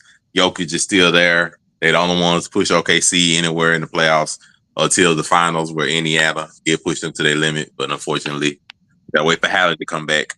3 is the Rockets. You know, I'm liking what we're seeing from them right now, but they got to show us a little more. 4, I'm sorry. 3, I have the Cavs because I respect the Cavs from what they did last year, which they were the other winningest team in the East, blazing through everybody. So until they show, a downturn on their own, I'm not going to disrespect them necessarily that quick. Then the Rockets, and then LeBron, Luka, still there. Got to put Lakers at 5. Holly, since they got his power rankings, what you got, Holly? All right, so at 5, I got Jokic in the Nuggets. You know what I mean? As long as Jokic's still there, Nuggets is going to be a contender. You know what I mean? I wish they would have kept Russ, but, it is what it is. Knicks at 4. You know what I mean? I just feel like if the Knicks is healthy, they can definitely get to the finals. You know what I mean? They was almost there last year, but, Halliburton, he was just too good. Rockets at 3. I like the Rockets. You know what I mean? Bring in KD. Van Vliet, he's good. You know what I mean? I like Amen Thompson. He's probably going to be a top 10 player soon. You know what I mean? Because he's just that good. You know what I mean? Van Vliet, I don't think he's there anymore. Oh, damn. Yeah, they Van Vliet not there. Oh, damn. Well, fuck it. Well, they got KD, and they got and they got Alfred, and they got Sengun. So, you know what I mean? That's still, you know what I mean? Oh, it's a hell of a game right now. That's a good 3 right there. 2, the Cavs. You know what I mean? They were the best team in the East last year. It's just, they couldn't come through in the playoffs. But, no Halliburton this year. So, hey, you know what I mean? Who knows? And they're number 1, the NBA champions. You know what I mean? Until somebody knocked them off, they number 1. And next up is my preseason top 5. Number 5, Jokic. Of course, Jokic's got to be in your top 5. He's the elite. He's a great player. We got Mary there. You know what they do. Number 4, we got the Cavs. We got to have the team that we put in the top of the East. It could switch between the Knicks. I'm very close to looking at some other teams in the East to see how they do. But right now, it's the Cavs as the 4 seed. A lot of injuries hurting the East, so it was hard for me to just put teams in the East up there. Number 3, the Dallas Mavericks. I just think I think Cooper Flag is. I put him as the Rookie of the Year, and if he plays the Rookie of the Year, and if healthy, with Anthony Davis stay healthy, they're gonna be up there. A lot of ifs with the Cavs, so they can fluctuate easily too. But healthy wise, if I think Cooper Flag what I think he is, and a healthy Anthony Davis, I gotta put him where I think they're gonna be, and that's number 3. And then number 2, the Rockets, a gigantic team, huge team, quick, fast, strong. Sometimes it's gonna be ugly because they don't have a point guard. But right now they in a battle with OKC, who I got as number 1. The champs are the champs. Right now they don't have Jalen Suggs. He's not playing tonight. But they have a really good game right now. And if Armin Thompson somehow during the season learn how to shoot, they would go to number 1, but he don't right now, so I can't put him number 1. But that's my top 5. Any thoughts on these top 5s? Boy, the Mavericks, I think right now it's crazy. Yeah. I'm a Mavericks fan. I love the Mavericks, but I believe in it. I don't know, dog. I believe in the Great White Hope. How the hell you believe in the Great White Hope? Bro. At 3, I think is crazy. I could not. I believe in the Great White Hope. I just can't do it, bro. I think 3. Even putting Mavs in the top 5 overall right now, I think is crazy. If Kyrie was healthy, maybe I could buy it. But just AD and Cooper Flag, which we hope he does well, but he's still a rookie. He's a rookie. We don't know what he's gonna do in the NBA. We hope he does well. I better be glad I didn't put the Spurs in here. What you mean? We'll be dunking without. I even thought about the Spurs, but I can't put the Mavs there. Not right now. I can't do it. John Paul King. I believe in AD, and I believe in Flag. So we're gonna see how that goes. Next up, we do have NFL studs and duds. Top 25 studs and duds. We're gonna put it up there on the screen. We're gonna tell us what do we even think about the studs and duds of the week. Of course, I'll go first if you don't mind. I just want to say Ohio State or nothing. That's it. Period. My Now y'all can go with it. Everything else y'all want to talk about. Go ahead. Monray, what are your thought about this week's top 25? We had a lot of losses, by the way. Shout out to you though. Shout Matter of out to fact, you. let's go over it before I do it. 1, Ohio State. 2, Indiana went up 1 spot. Texas A&M went up 1 spot to 3. Alabama went up 2 spots to 4. Georgia went up 4 spots after beating Ole Miss in a great game, by the way. That game was so good. Oregon went up 2 spots. Georgia Tech went up 5 and at number 7. Ole Miss went down 3 to 8. Miami went down 7 to 9 after losing a game they should not lose to. Vanderbilt, with a Heisman Trophy contender, goes to 10, up 7 spots. BYU went up 4. Notre Dame went up 1. Why is Notre Dame with 2 losses up here so high? Oklahoma went to 13. Texas Tech lost, went down 7. Missouri went up 1. Virginia went up 2. Tennessee went down 6 after a loss. South Florida went up 1. Louisville stayed the same. LSU went down 10 after their loss. Cincinnati went up. Texas went down 1. They didn't even lose. Illinois, Arizona State, and Michigan did not play. Monray. Well, first off, as you were reading it, I agree. First off, I agree with Uniqo. Ohio State is the only real team in the college football playoffs right now. They're the only real team. Everybody else is frauds because there's just no way. There's no way everybody keep losing to these unranked teams you have no business losing to. But as you were reading, we Notre Dame's too high. Like we let's just be real. Notre Dame's the only 2-loss team on this whole thing. They're far too high. It don't even make sense for them to be that high.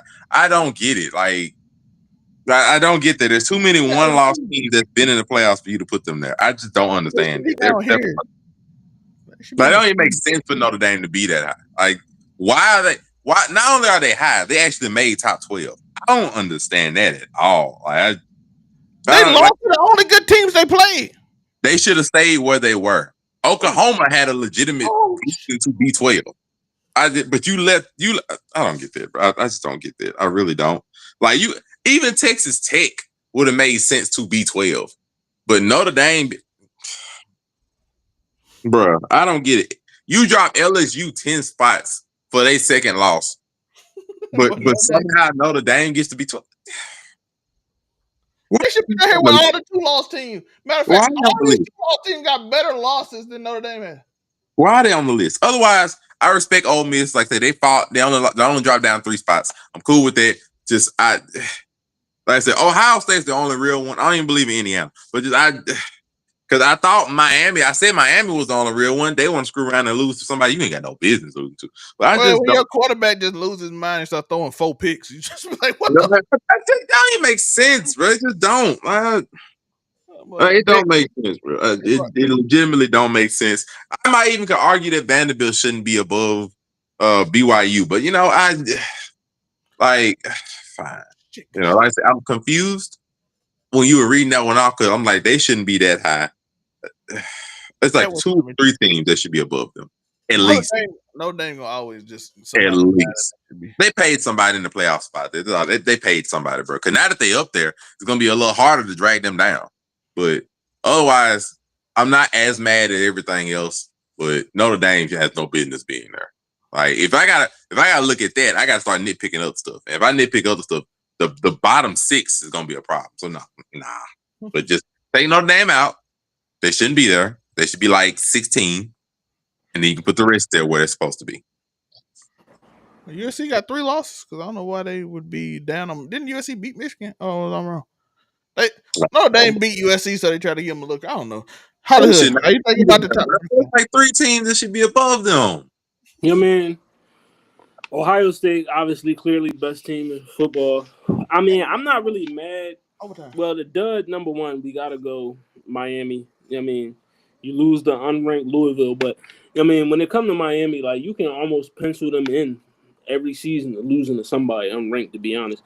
You know what I mean? But also LSU, I mean, losing to Vanderbilt, like, come on, dog. Like, I'm not really mad at Notre Dame's placement only because, like, you look at they lost to Miami, who's still ranked in the top 10, and then they lost to the 3rd ranked team in the country by 1 point. You know what I mean? So, you know what I mean? And now they on a 5-game winning streak. So, you know what I mean? I'm not really. Some of that they beat. They don't beat nobody. They don't play. Yeah, you know what I mean? But, you know. You on a 5-game winning streak and your 2 losses against 2 teams that's in the top 10, and you lost to the number 3 ranked team by 1 point.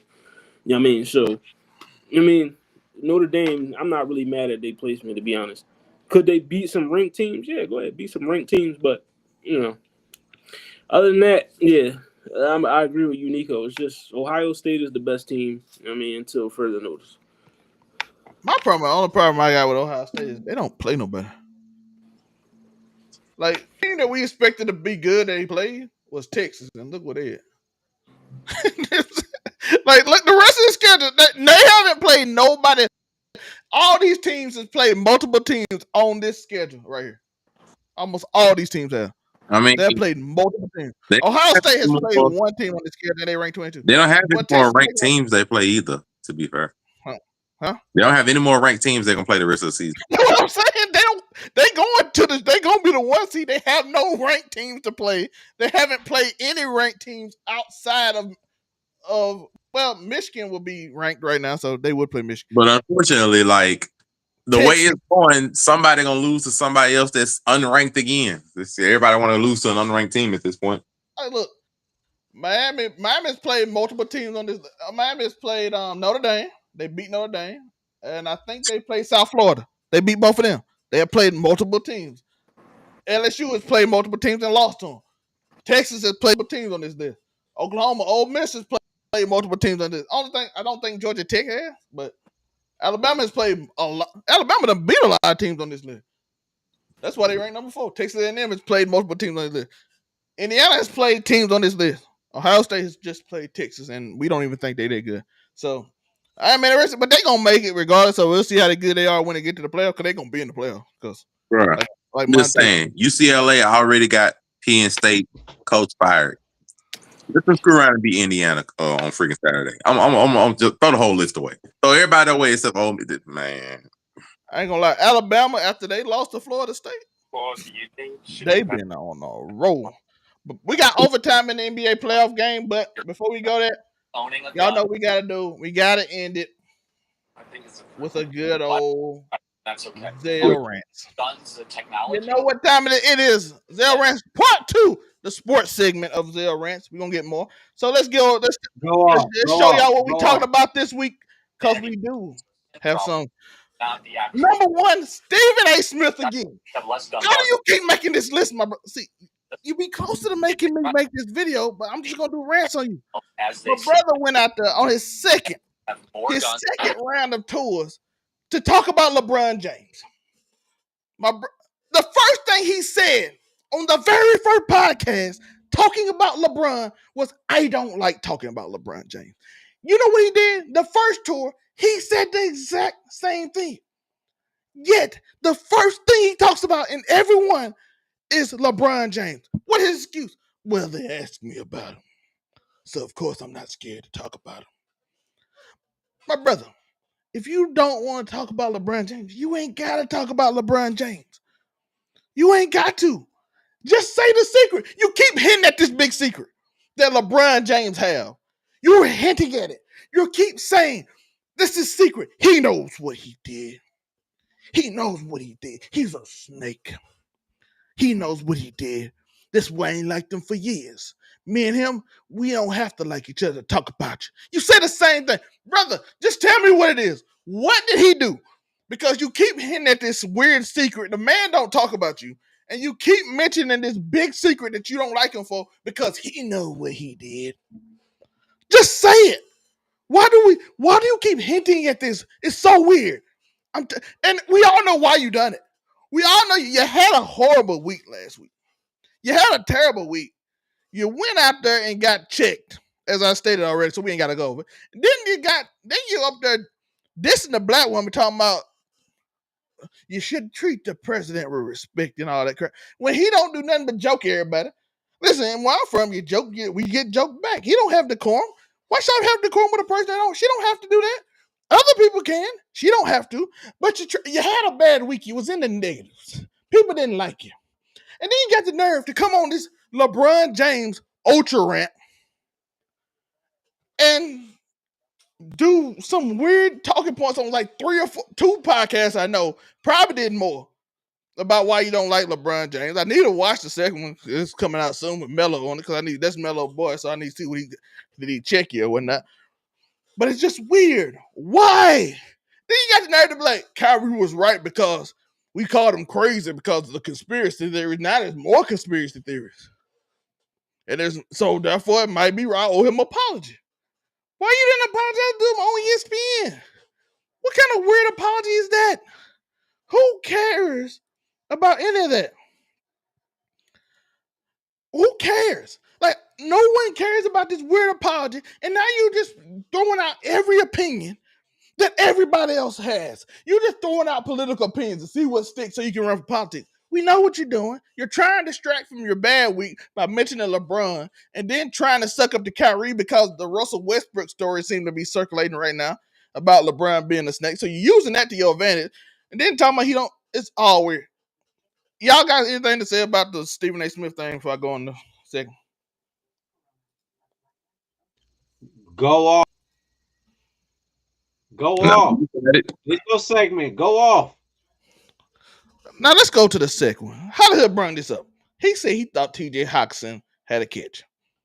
He said he saw it was a catch. That ball is not in his hand. That ball hit the ground and rolled up. That is a drop, my people. If Des Bryant was a drop, that was a drop. Now I see it's a massive amount of bot followers who are creating weird narratives about the NFL right now. It is very strange. I'm seeing people, TJ Hawkinson, I seen Baker Mayfield. Everybody's just throwing out these weird conspiracy theories that the NFL in New York is changing calls so people can win games.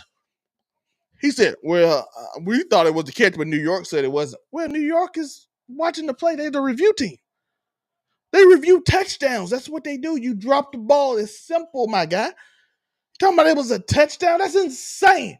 And then all of a sudden I see people just making up, they just point out holding calls. Random holding calls throughout the game. Saying they cheating, certain teams are cheating because they're not calling holding. I'm going to tell you a secret in football. You are taught to hold where you don't see it. So are they going to call holding on every play? No. So every play, there's very few plays, unless the offensive line maul the defense, that they won't be a holding call. So it's just like weird. These are bot accounts with bot followers, by the way. And if it keep getting worse, I'm going to show you the bots. I'm going to show you how I know they bought it because they came out all on the same day with the same followers. They're throwing out these theories that people are starting to believe because people on the internet is saying it, which is a problem because everybody on the internet are just saying things now. They use AI to plant stuff now. They are making fake things on the internet to prove a point now because everybody's insane. Any thoughts on the NFL and these horrible takes of the referees cheating everybody with these conspiracy theories that's led by bots, by the way? I checked. Go off. Okay. The last one. Y'all can stay with this one. Bill Belichick. I know Uniqo got something on this one. Bill Belichick. What's your old ass doing? Dissing your workers with this young guy and whispering on camera dissing them. Why do you look like you not cognitive? Why she look like she a caretaker who leading you to say what she wants you to say? I'm not saying she is, but it don't look good from that angle. It doesn't look good at North Carolina what's going on. That tape did not look good. Please tell me it was AI, because it might have been AI, but my God, I don't know no more. The internet is the wild, wild west now. There's no rules. But my God, man, what are you doing in North Carolina? That whole presentation was a mess. That whole thing looked insane. You looked out of your mind there. And she looked like she is just leading the entire thing. Even all your marketing and all this. It's like you don't even care about football no more. You're trying to get a check. Except for, it might not even be you trying to get the check. It might be the girl who you hire who get a percentage because she's like a certain spot in your organization. We can dive deep into that. but the branding and all that stuff, she seems to get better at. Now we did do a video on this before, and we said, listen, she making you money. But now it looks real suspicious when that video came out. Uniqo, you saw the video. How you feel about it? Man, brother, if somebody ever told me this is the Patriot way, right now, I'm laughing and giggling. I'm saying 6'7" and skibbity boop and all that stuff they're saying right now. I'm not taking Bill Belichick seriously. And if them dudes back then in 2004, 2005, 2002, all that Belichick, the Patriot way stuff, if they had seen how this dude is stepping right now, oh, ain't no way Bill Belichick is like a Hall of Fame coach, because ain't nobody taking that dude serious after this shit. No way. Monray, have you ain't seen? No way. Would you? Like, are you serious? Like, man, if I see my coach sipping like this, I'd be like, what? You talking about running through a man? He out here saying like memes for like 20-year-olds. I feel awkward hanging around 20-year-olds sometimes. I mean, what the are you talking about? This like that old 6'7" thing, isn't it? Like, can you imagine Bill Belichick saying that to one of his like play, man, dude? And now you're not just dealing with professional young rookies. You're dealing with like legit kids. Like, these niggas just got done playing Fortnite just right before practice. You don't know nothing about that. But technically, she did too. she that. Some of the people on his team might be older than her. Some people on that team, they you know, allegedly, you know, some people that's attracted to Jordan Hudson on that football team. And if he had that same girlfriend on a NFL team, you already know how they stepping. I'm telling you, man, Bill Belichick, this is a man, he got to stop right now and just fade into black. I don't see how he can look. This is terrible look for a come on, y'all talk about Tom Landry's, those guys, you know, those. It's a bad look, but look, once we accepted that Bill Belichick had a 20-something-year-old girlfriend, we just already knew what it was gonna be. Bear Bryant, he got a woman at home making them pancakes Come on, we talk about legendary coaches. Nah, I'm cool off of this one. Bill Belichick ain't no damn legendary coach after this one. He lost all clout with me. We're just old and see now. But isn't that so stupid? Why would they put that on the show? He's like, yeah, you're right. Yeah, why would they do that? Huh. This is employee. Gen Zers. Like, what, man? Hold on, Bill. Man, isn't she Gen Z? What the fuck we doing?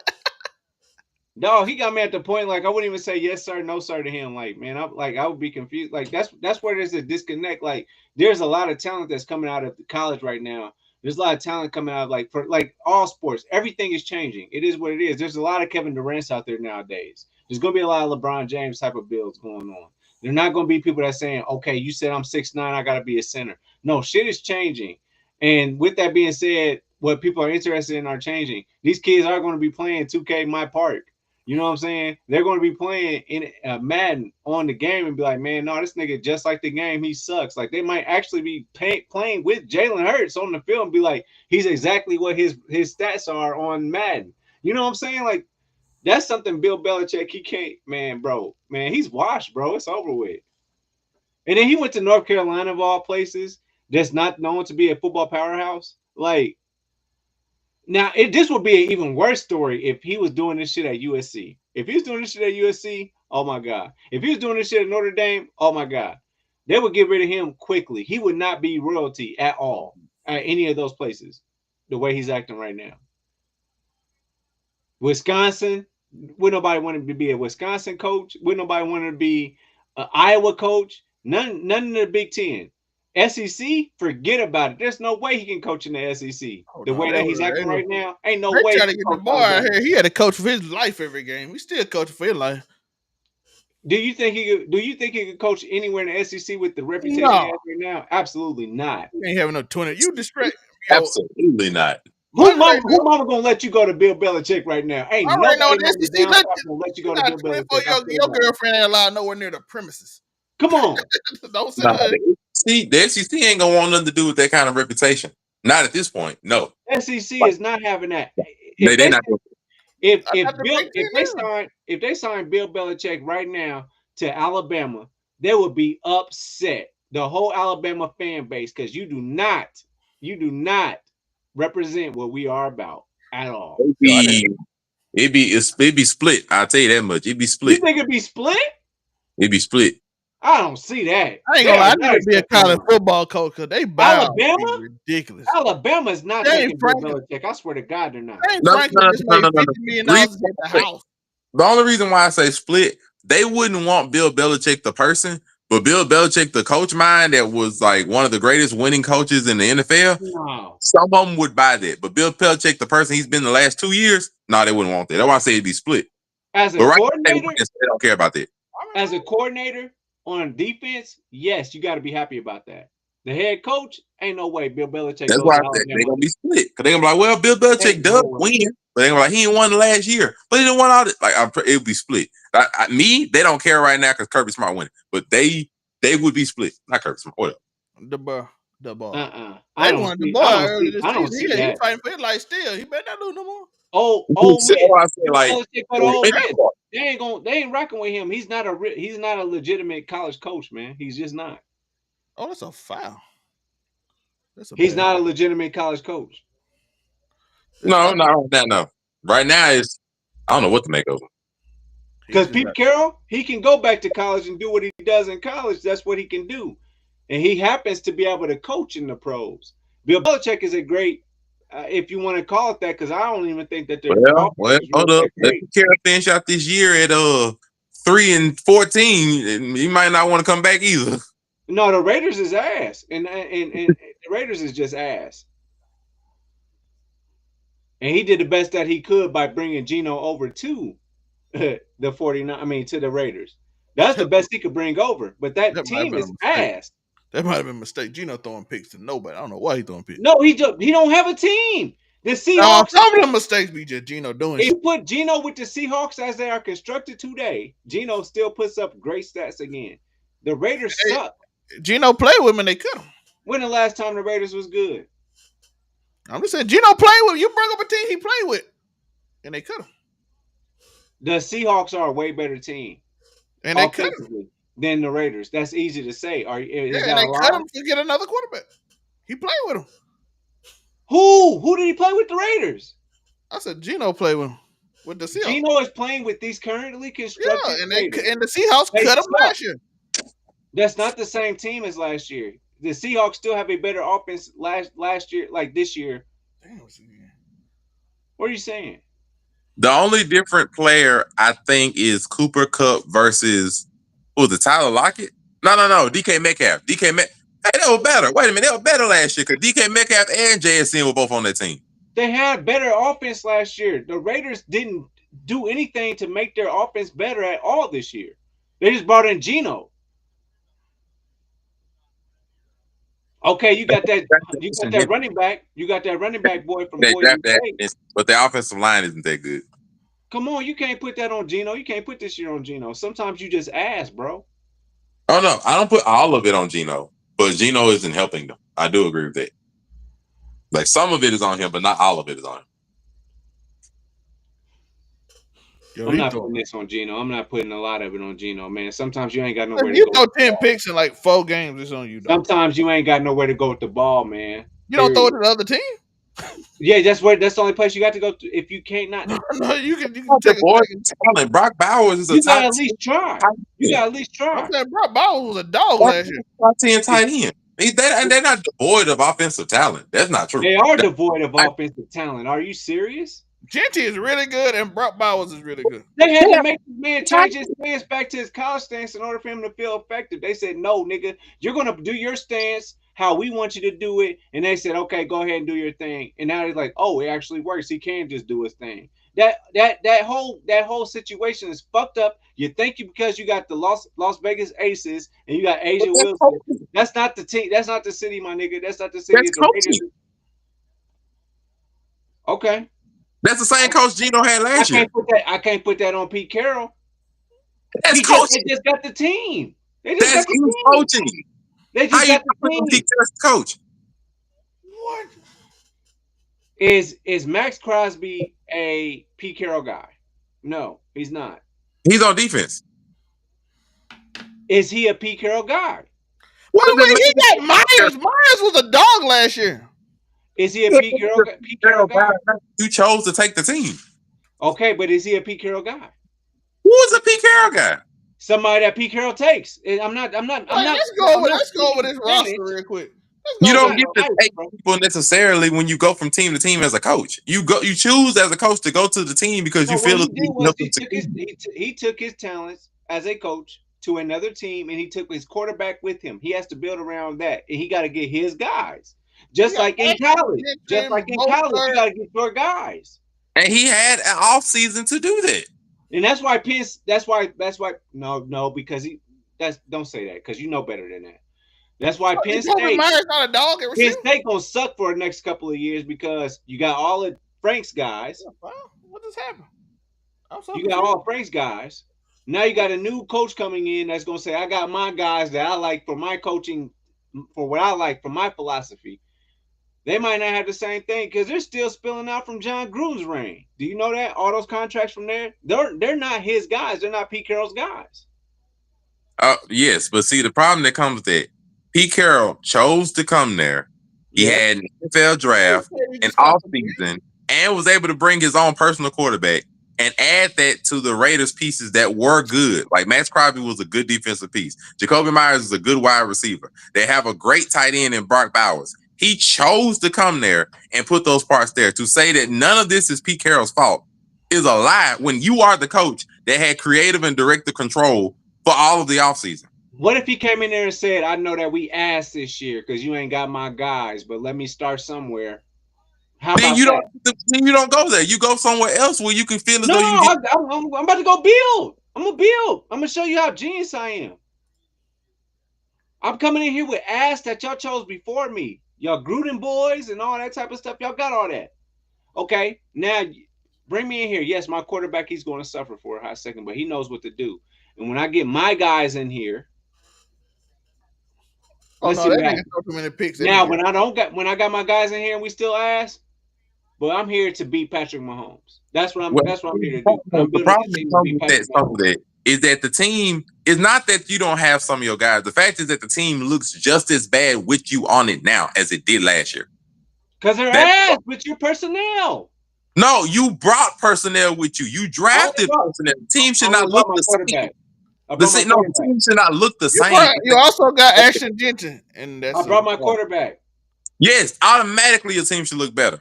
What about my offense? What about my offensive line? That doesn't change shit. No, your offensive line may not change. Why did Derek Carr leave? No. The difference between a quarterback when you have Geno Smith, who was a very solid quarterback, versus you have Gardner Minshew and Aiden O'Connell, who are nobodies, you should look better. I ain't saying you should be 500 or 4-2 or 6. I ain't saying that. You should not look the same if you have significant upgrades in certain spots that are important. You should not look the same. Is Sam Darnold looking okay with this offensive line that he has right now currently with the Seahawks? Is that because of something that Pete Carroll made? The offensive line? No. You're telling me that Sam Darnold is not having any success right now with the Seahawks offensive line? No, he is having success. Okay. Who built that? Pete Carroll did, right?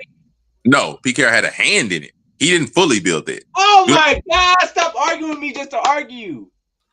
Hold on. Let me get on. Hold it. I'm not getting on here just to argue. Your difference that you were saying was that Pete Carroll went to the Raiders and had full creative control to draft and put the people that he wanted there. Pete Carroll on the Seahawks did not have full creative control over all their draft picks, over everything of that nature. He did not have that much control, especially after the Russell Wilson leavings. He did not have that much control. So no, he doesn't get that full credit for drafting everything of the Seahawks when he gets more credit now for having full control over whatever the freaking Raiders wanted to do because they gave him those reins. Do you know the constraints that he had though? The constraints that he has, he still has people that's under contract before he got there. He's not working with a full deck. He's working with what he had. And the best he could do is bring Geno through. No, I understand he's working some of what he had, but he also was able to bring a new quarterback, draft his personal pieces that he wanted, bring his own coaching staff that he wanted. He was able to come and add extra things to where your team should not look the same. That's my problem. Your team don't need to be too much better. It can't look the same. Like if your team now, are you starting with the draft or are you starting with free agency? Because we want to. Free agency is the thing we got to start with. It's not the draft because they're not going to be shit until they got a couple of years under the belt. And you still got people under contract they have to be there. Do you have people under contract? He has some stuff there. He has some stuff. Was Pete Carroll able to bring and draft some stuff that he wanted personally? Yes, he was able to. So my argument that I'm saying, correct, and he brought his quarterback, correct? Yeah. What about the rest of it? The offensive line. What do you have to do with that? Nothing. He also bring his coaching staff. He didn't have anything to do with that. Yo, he brought Chip Kelly. I don't trust nobody to bring Chip Kelly down. He brought his own coaching staff. What I'm saying is they shouldn't be personnel. No, that's what I'm saying. Some of the personnel is different. A lot of the personnel is the same. No, all of it is not the same. He brought some of it and drafted some of it himself. All of it's not the same. But they're kids. I'm talking about the people that are veterans that have been in this league. When you're establishing it, you're not telling a whole bunch. That's just like when you get the Jaguars. The Jaguars were an expansion team, right? So they got to draft whoever the fuck they wanted to. Actually, they went to the AFC Championship like the year like Houston Texans. They got to have all those draft picks. They were all kids, and they won the second year too. By the way, I understand it. What the Jaguars and Texans went to like the AFC Championship like their second year. No, I understand it. What I am saying is that with the upgrades you were able to do, you shouldn't look the same. That's the problem. Because you have significant upgrades in spots. You should not look the same. That's the issue. It's not that I expect them to make playoffs. I didn't expect the Raiders to be in the playoffs at all. I did not have them there. Oh, no, me. You shouldn't look that bad. You shouldn't look the same. Like if the team that had Aiden O'Connell and Gardner Minshew and whoever the coach was last year and less pieces, you should not look the same if you were able to bring some degree of upgrade and you are a better coach and you bought your own coaching staff, you bought your own quarterback and you was able to draft a better running back. You should look at least a little bit better. What at least the line is ass, man. That's what I'm trying to say. It was ass last year. You bought better pieces. What I'm saying. He went to a worse situation. No. You brought upgrade. You brought upgrade. Matter of fact, simple question. Is Pete Carroll the only team? Is the Raiders the only team in the league with a bad offensive line? No. Other coaches and other quarterbacks have bad offensive lines. They still able to make lemonade out of lemon water. Could they say that they're the worst offensive line in the league, though? They're not. They're not. No. How are they not? They're not. They're not even close to the worst. Have you seen the blowouts? So they're not. What other? They had one blowout. What other team? They've had two blowouts. Not the worst offensive line. They blew them out, and they just got blew out this last week too. Yeah, so they're blowouts. Blowouts are not solely because of your offensive line. No, it's not. It's a combination of you can't score and you can't stop the other team. They're not just offensive line. The worst offensive line in the league right now is the Houston Texans. It's the Cincinnati Bengals. The 30th is the Seattle Seahawks. They can't beat the Bengals. Can't be that bad if Flacco can put that. That offensive line is awful, though. If Flacco can put up that many points. The Bengals have had a bad offensive line since since Burrow was drafted. They've had a bad offensive line. So if you have a bad offensive line, you still can put up 30-some points. The Raiders are ranked 18th in offensive linemen. Yes, because the Steelers did not play. The Steelers did not blitz. They played man coverage. Yes, you can have a bad offensive line and still score. The Raiders are rated the 18th worst offensive line, ahead of the Commanders, Chiefs, Steelers, Saints, actually far higher than Dolphins, Jaguars, Browns, Giants, Patriots, Seahawks.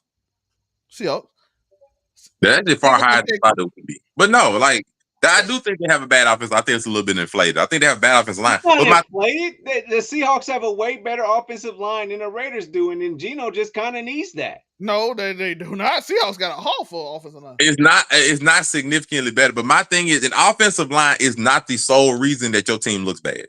The team looks bad because it's bad in multiple areas. That is on coaching. That has to be not even all of it. Some of that's on coaching. Some of that's going to be on your quarterback, and some of that's going to be on team makeup.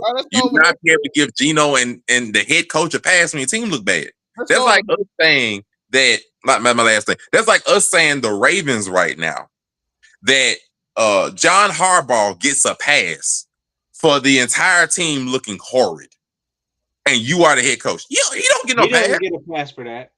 So to be careful. All right, in week eight, according to the Football Focus, Cincinnati Bengals the worst, Miami Dolphins, Browns, Chargers, Saints, Cardinals, Texans, Titans 25th, Steelers 24th. Seahawks still ranked behind the Raiders.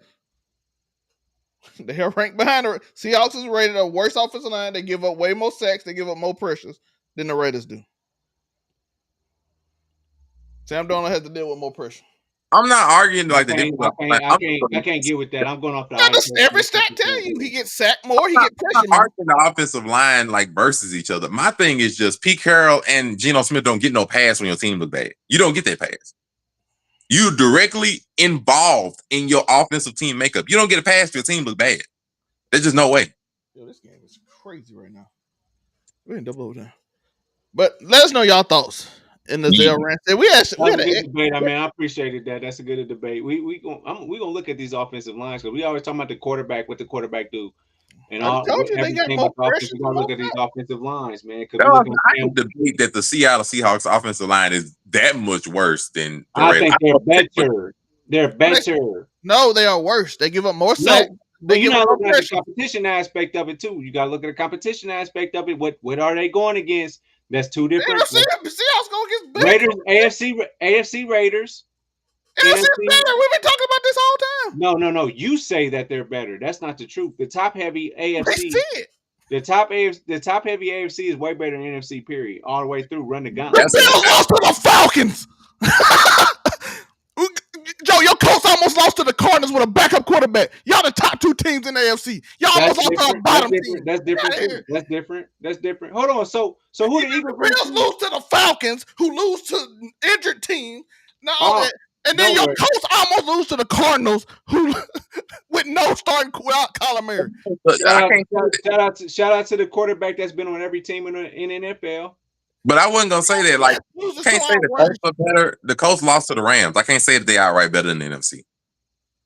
Yeah, when y'all play NFC team, y'all lose. Well, no, I'm just saying that I can't say they're better than the Rams. The other ones you can do whatever. But I can't say they're better than the Rams. Trying to start a narrative. When y'all play the NFC, y'all lose. What are you talking about? We only lost to one team, so don't do that. When y'all play, keep beating on Miami. Talking about the Coast beat Miami this year. That's on the Moving on.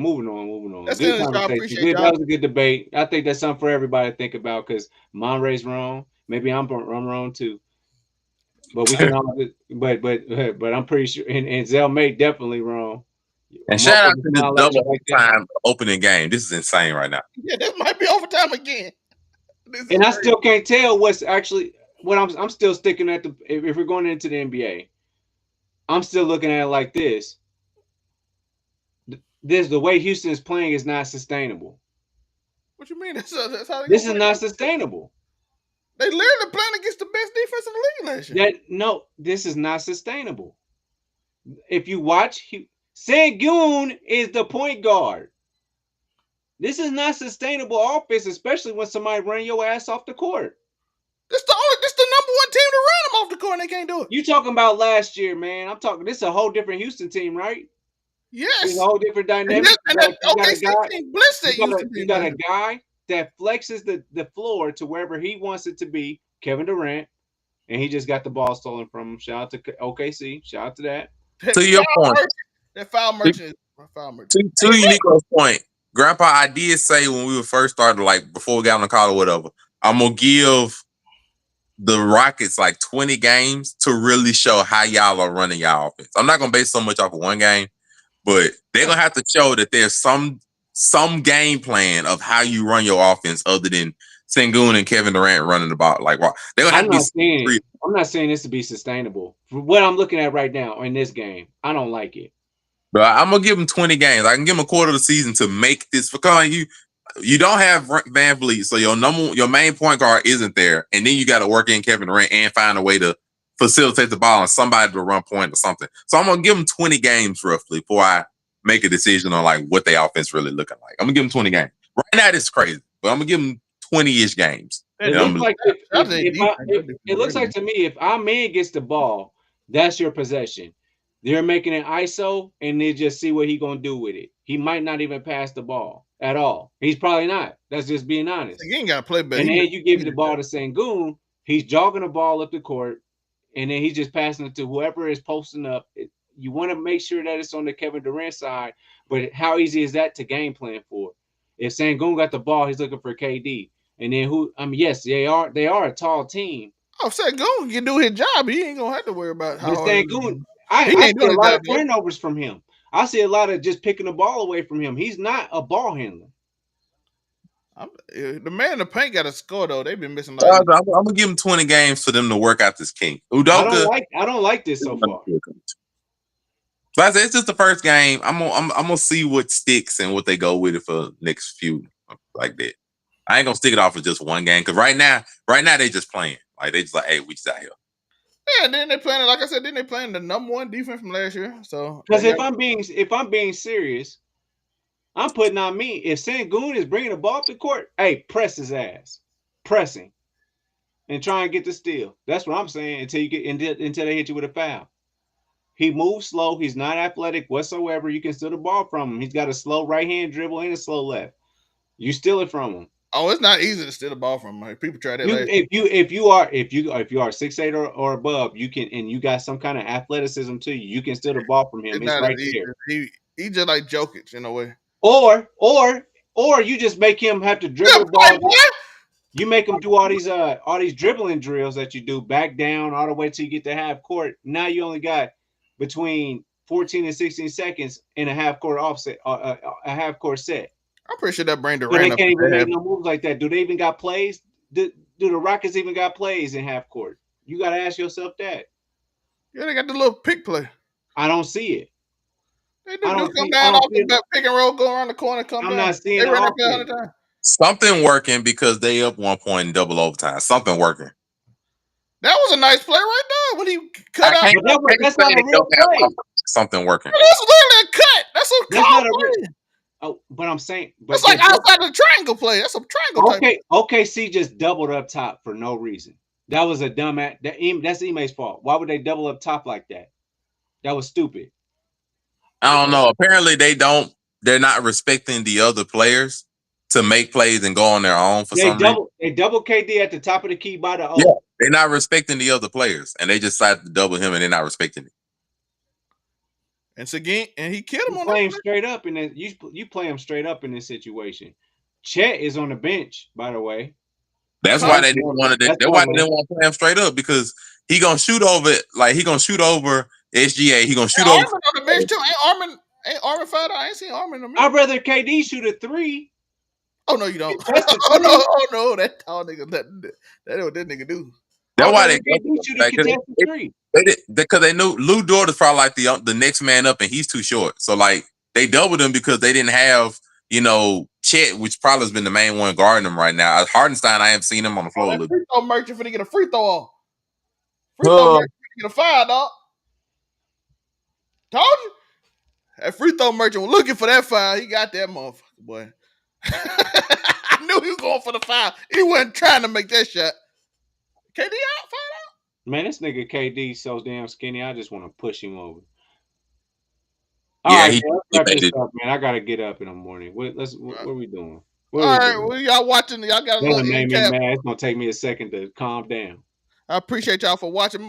Uniqo, where can they find you? Uniqo Williams, man. Uniqo Williams, UNIQO Williams on YouTube. Y'all know the deal. TikTok is coming up. We're gonna have a good show on Thursday. I'm gonna finish the Shadows of Awaji on Assassin's Creed Shadows. We're gonna keep it going. It is what it is, man. I'm very excited about where we're going. Got a new theme song. Shout out to my boy Zelmae. The free throw merchant made his first free throw after forcing KD to. I don't know why KD was on him at the end of the game, knowing you're gonna have to get the ball back. Monray, what can they find you? Probably they swapped it over, but your boy Monray husband everywhere says Monray. Facebook, Instagram, TikTok, Threads, as it still exists, and of course, Make It Make Sense on Saturdays. Make It Make Sense, the podcast on Saturdays, of course. DA, the podcast. We will take sponsorships. Otherwise, appreciate y'all. We out. And of course, your boy Laugh with Zelmae. Casual Conversations on Thursday. Looking forward to it. I got a lot of rant about apparently some DoorDash going on and some other stuff. So I'm gonna be. It's your boy on the DoorDash rubbing that knee. You already know. Shout out to the Make It Make Sense song. Y'all understand what we say one day. I appreciate y'all. Peace. Who are you? Who are these niggas?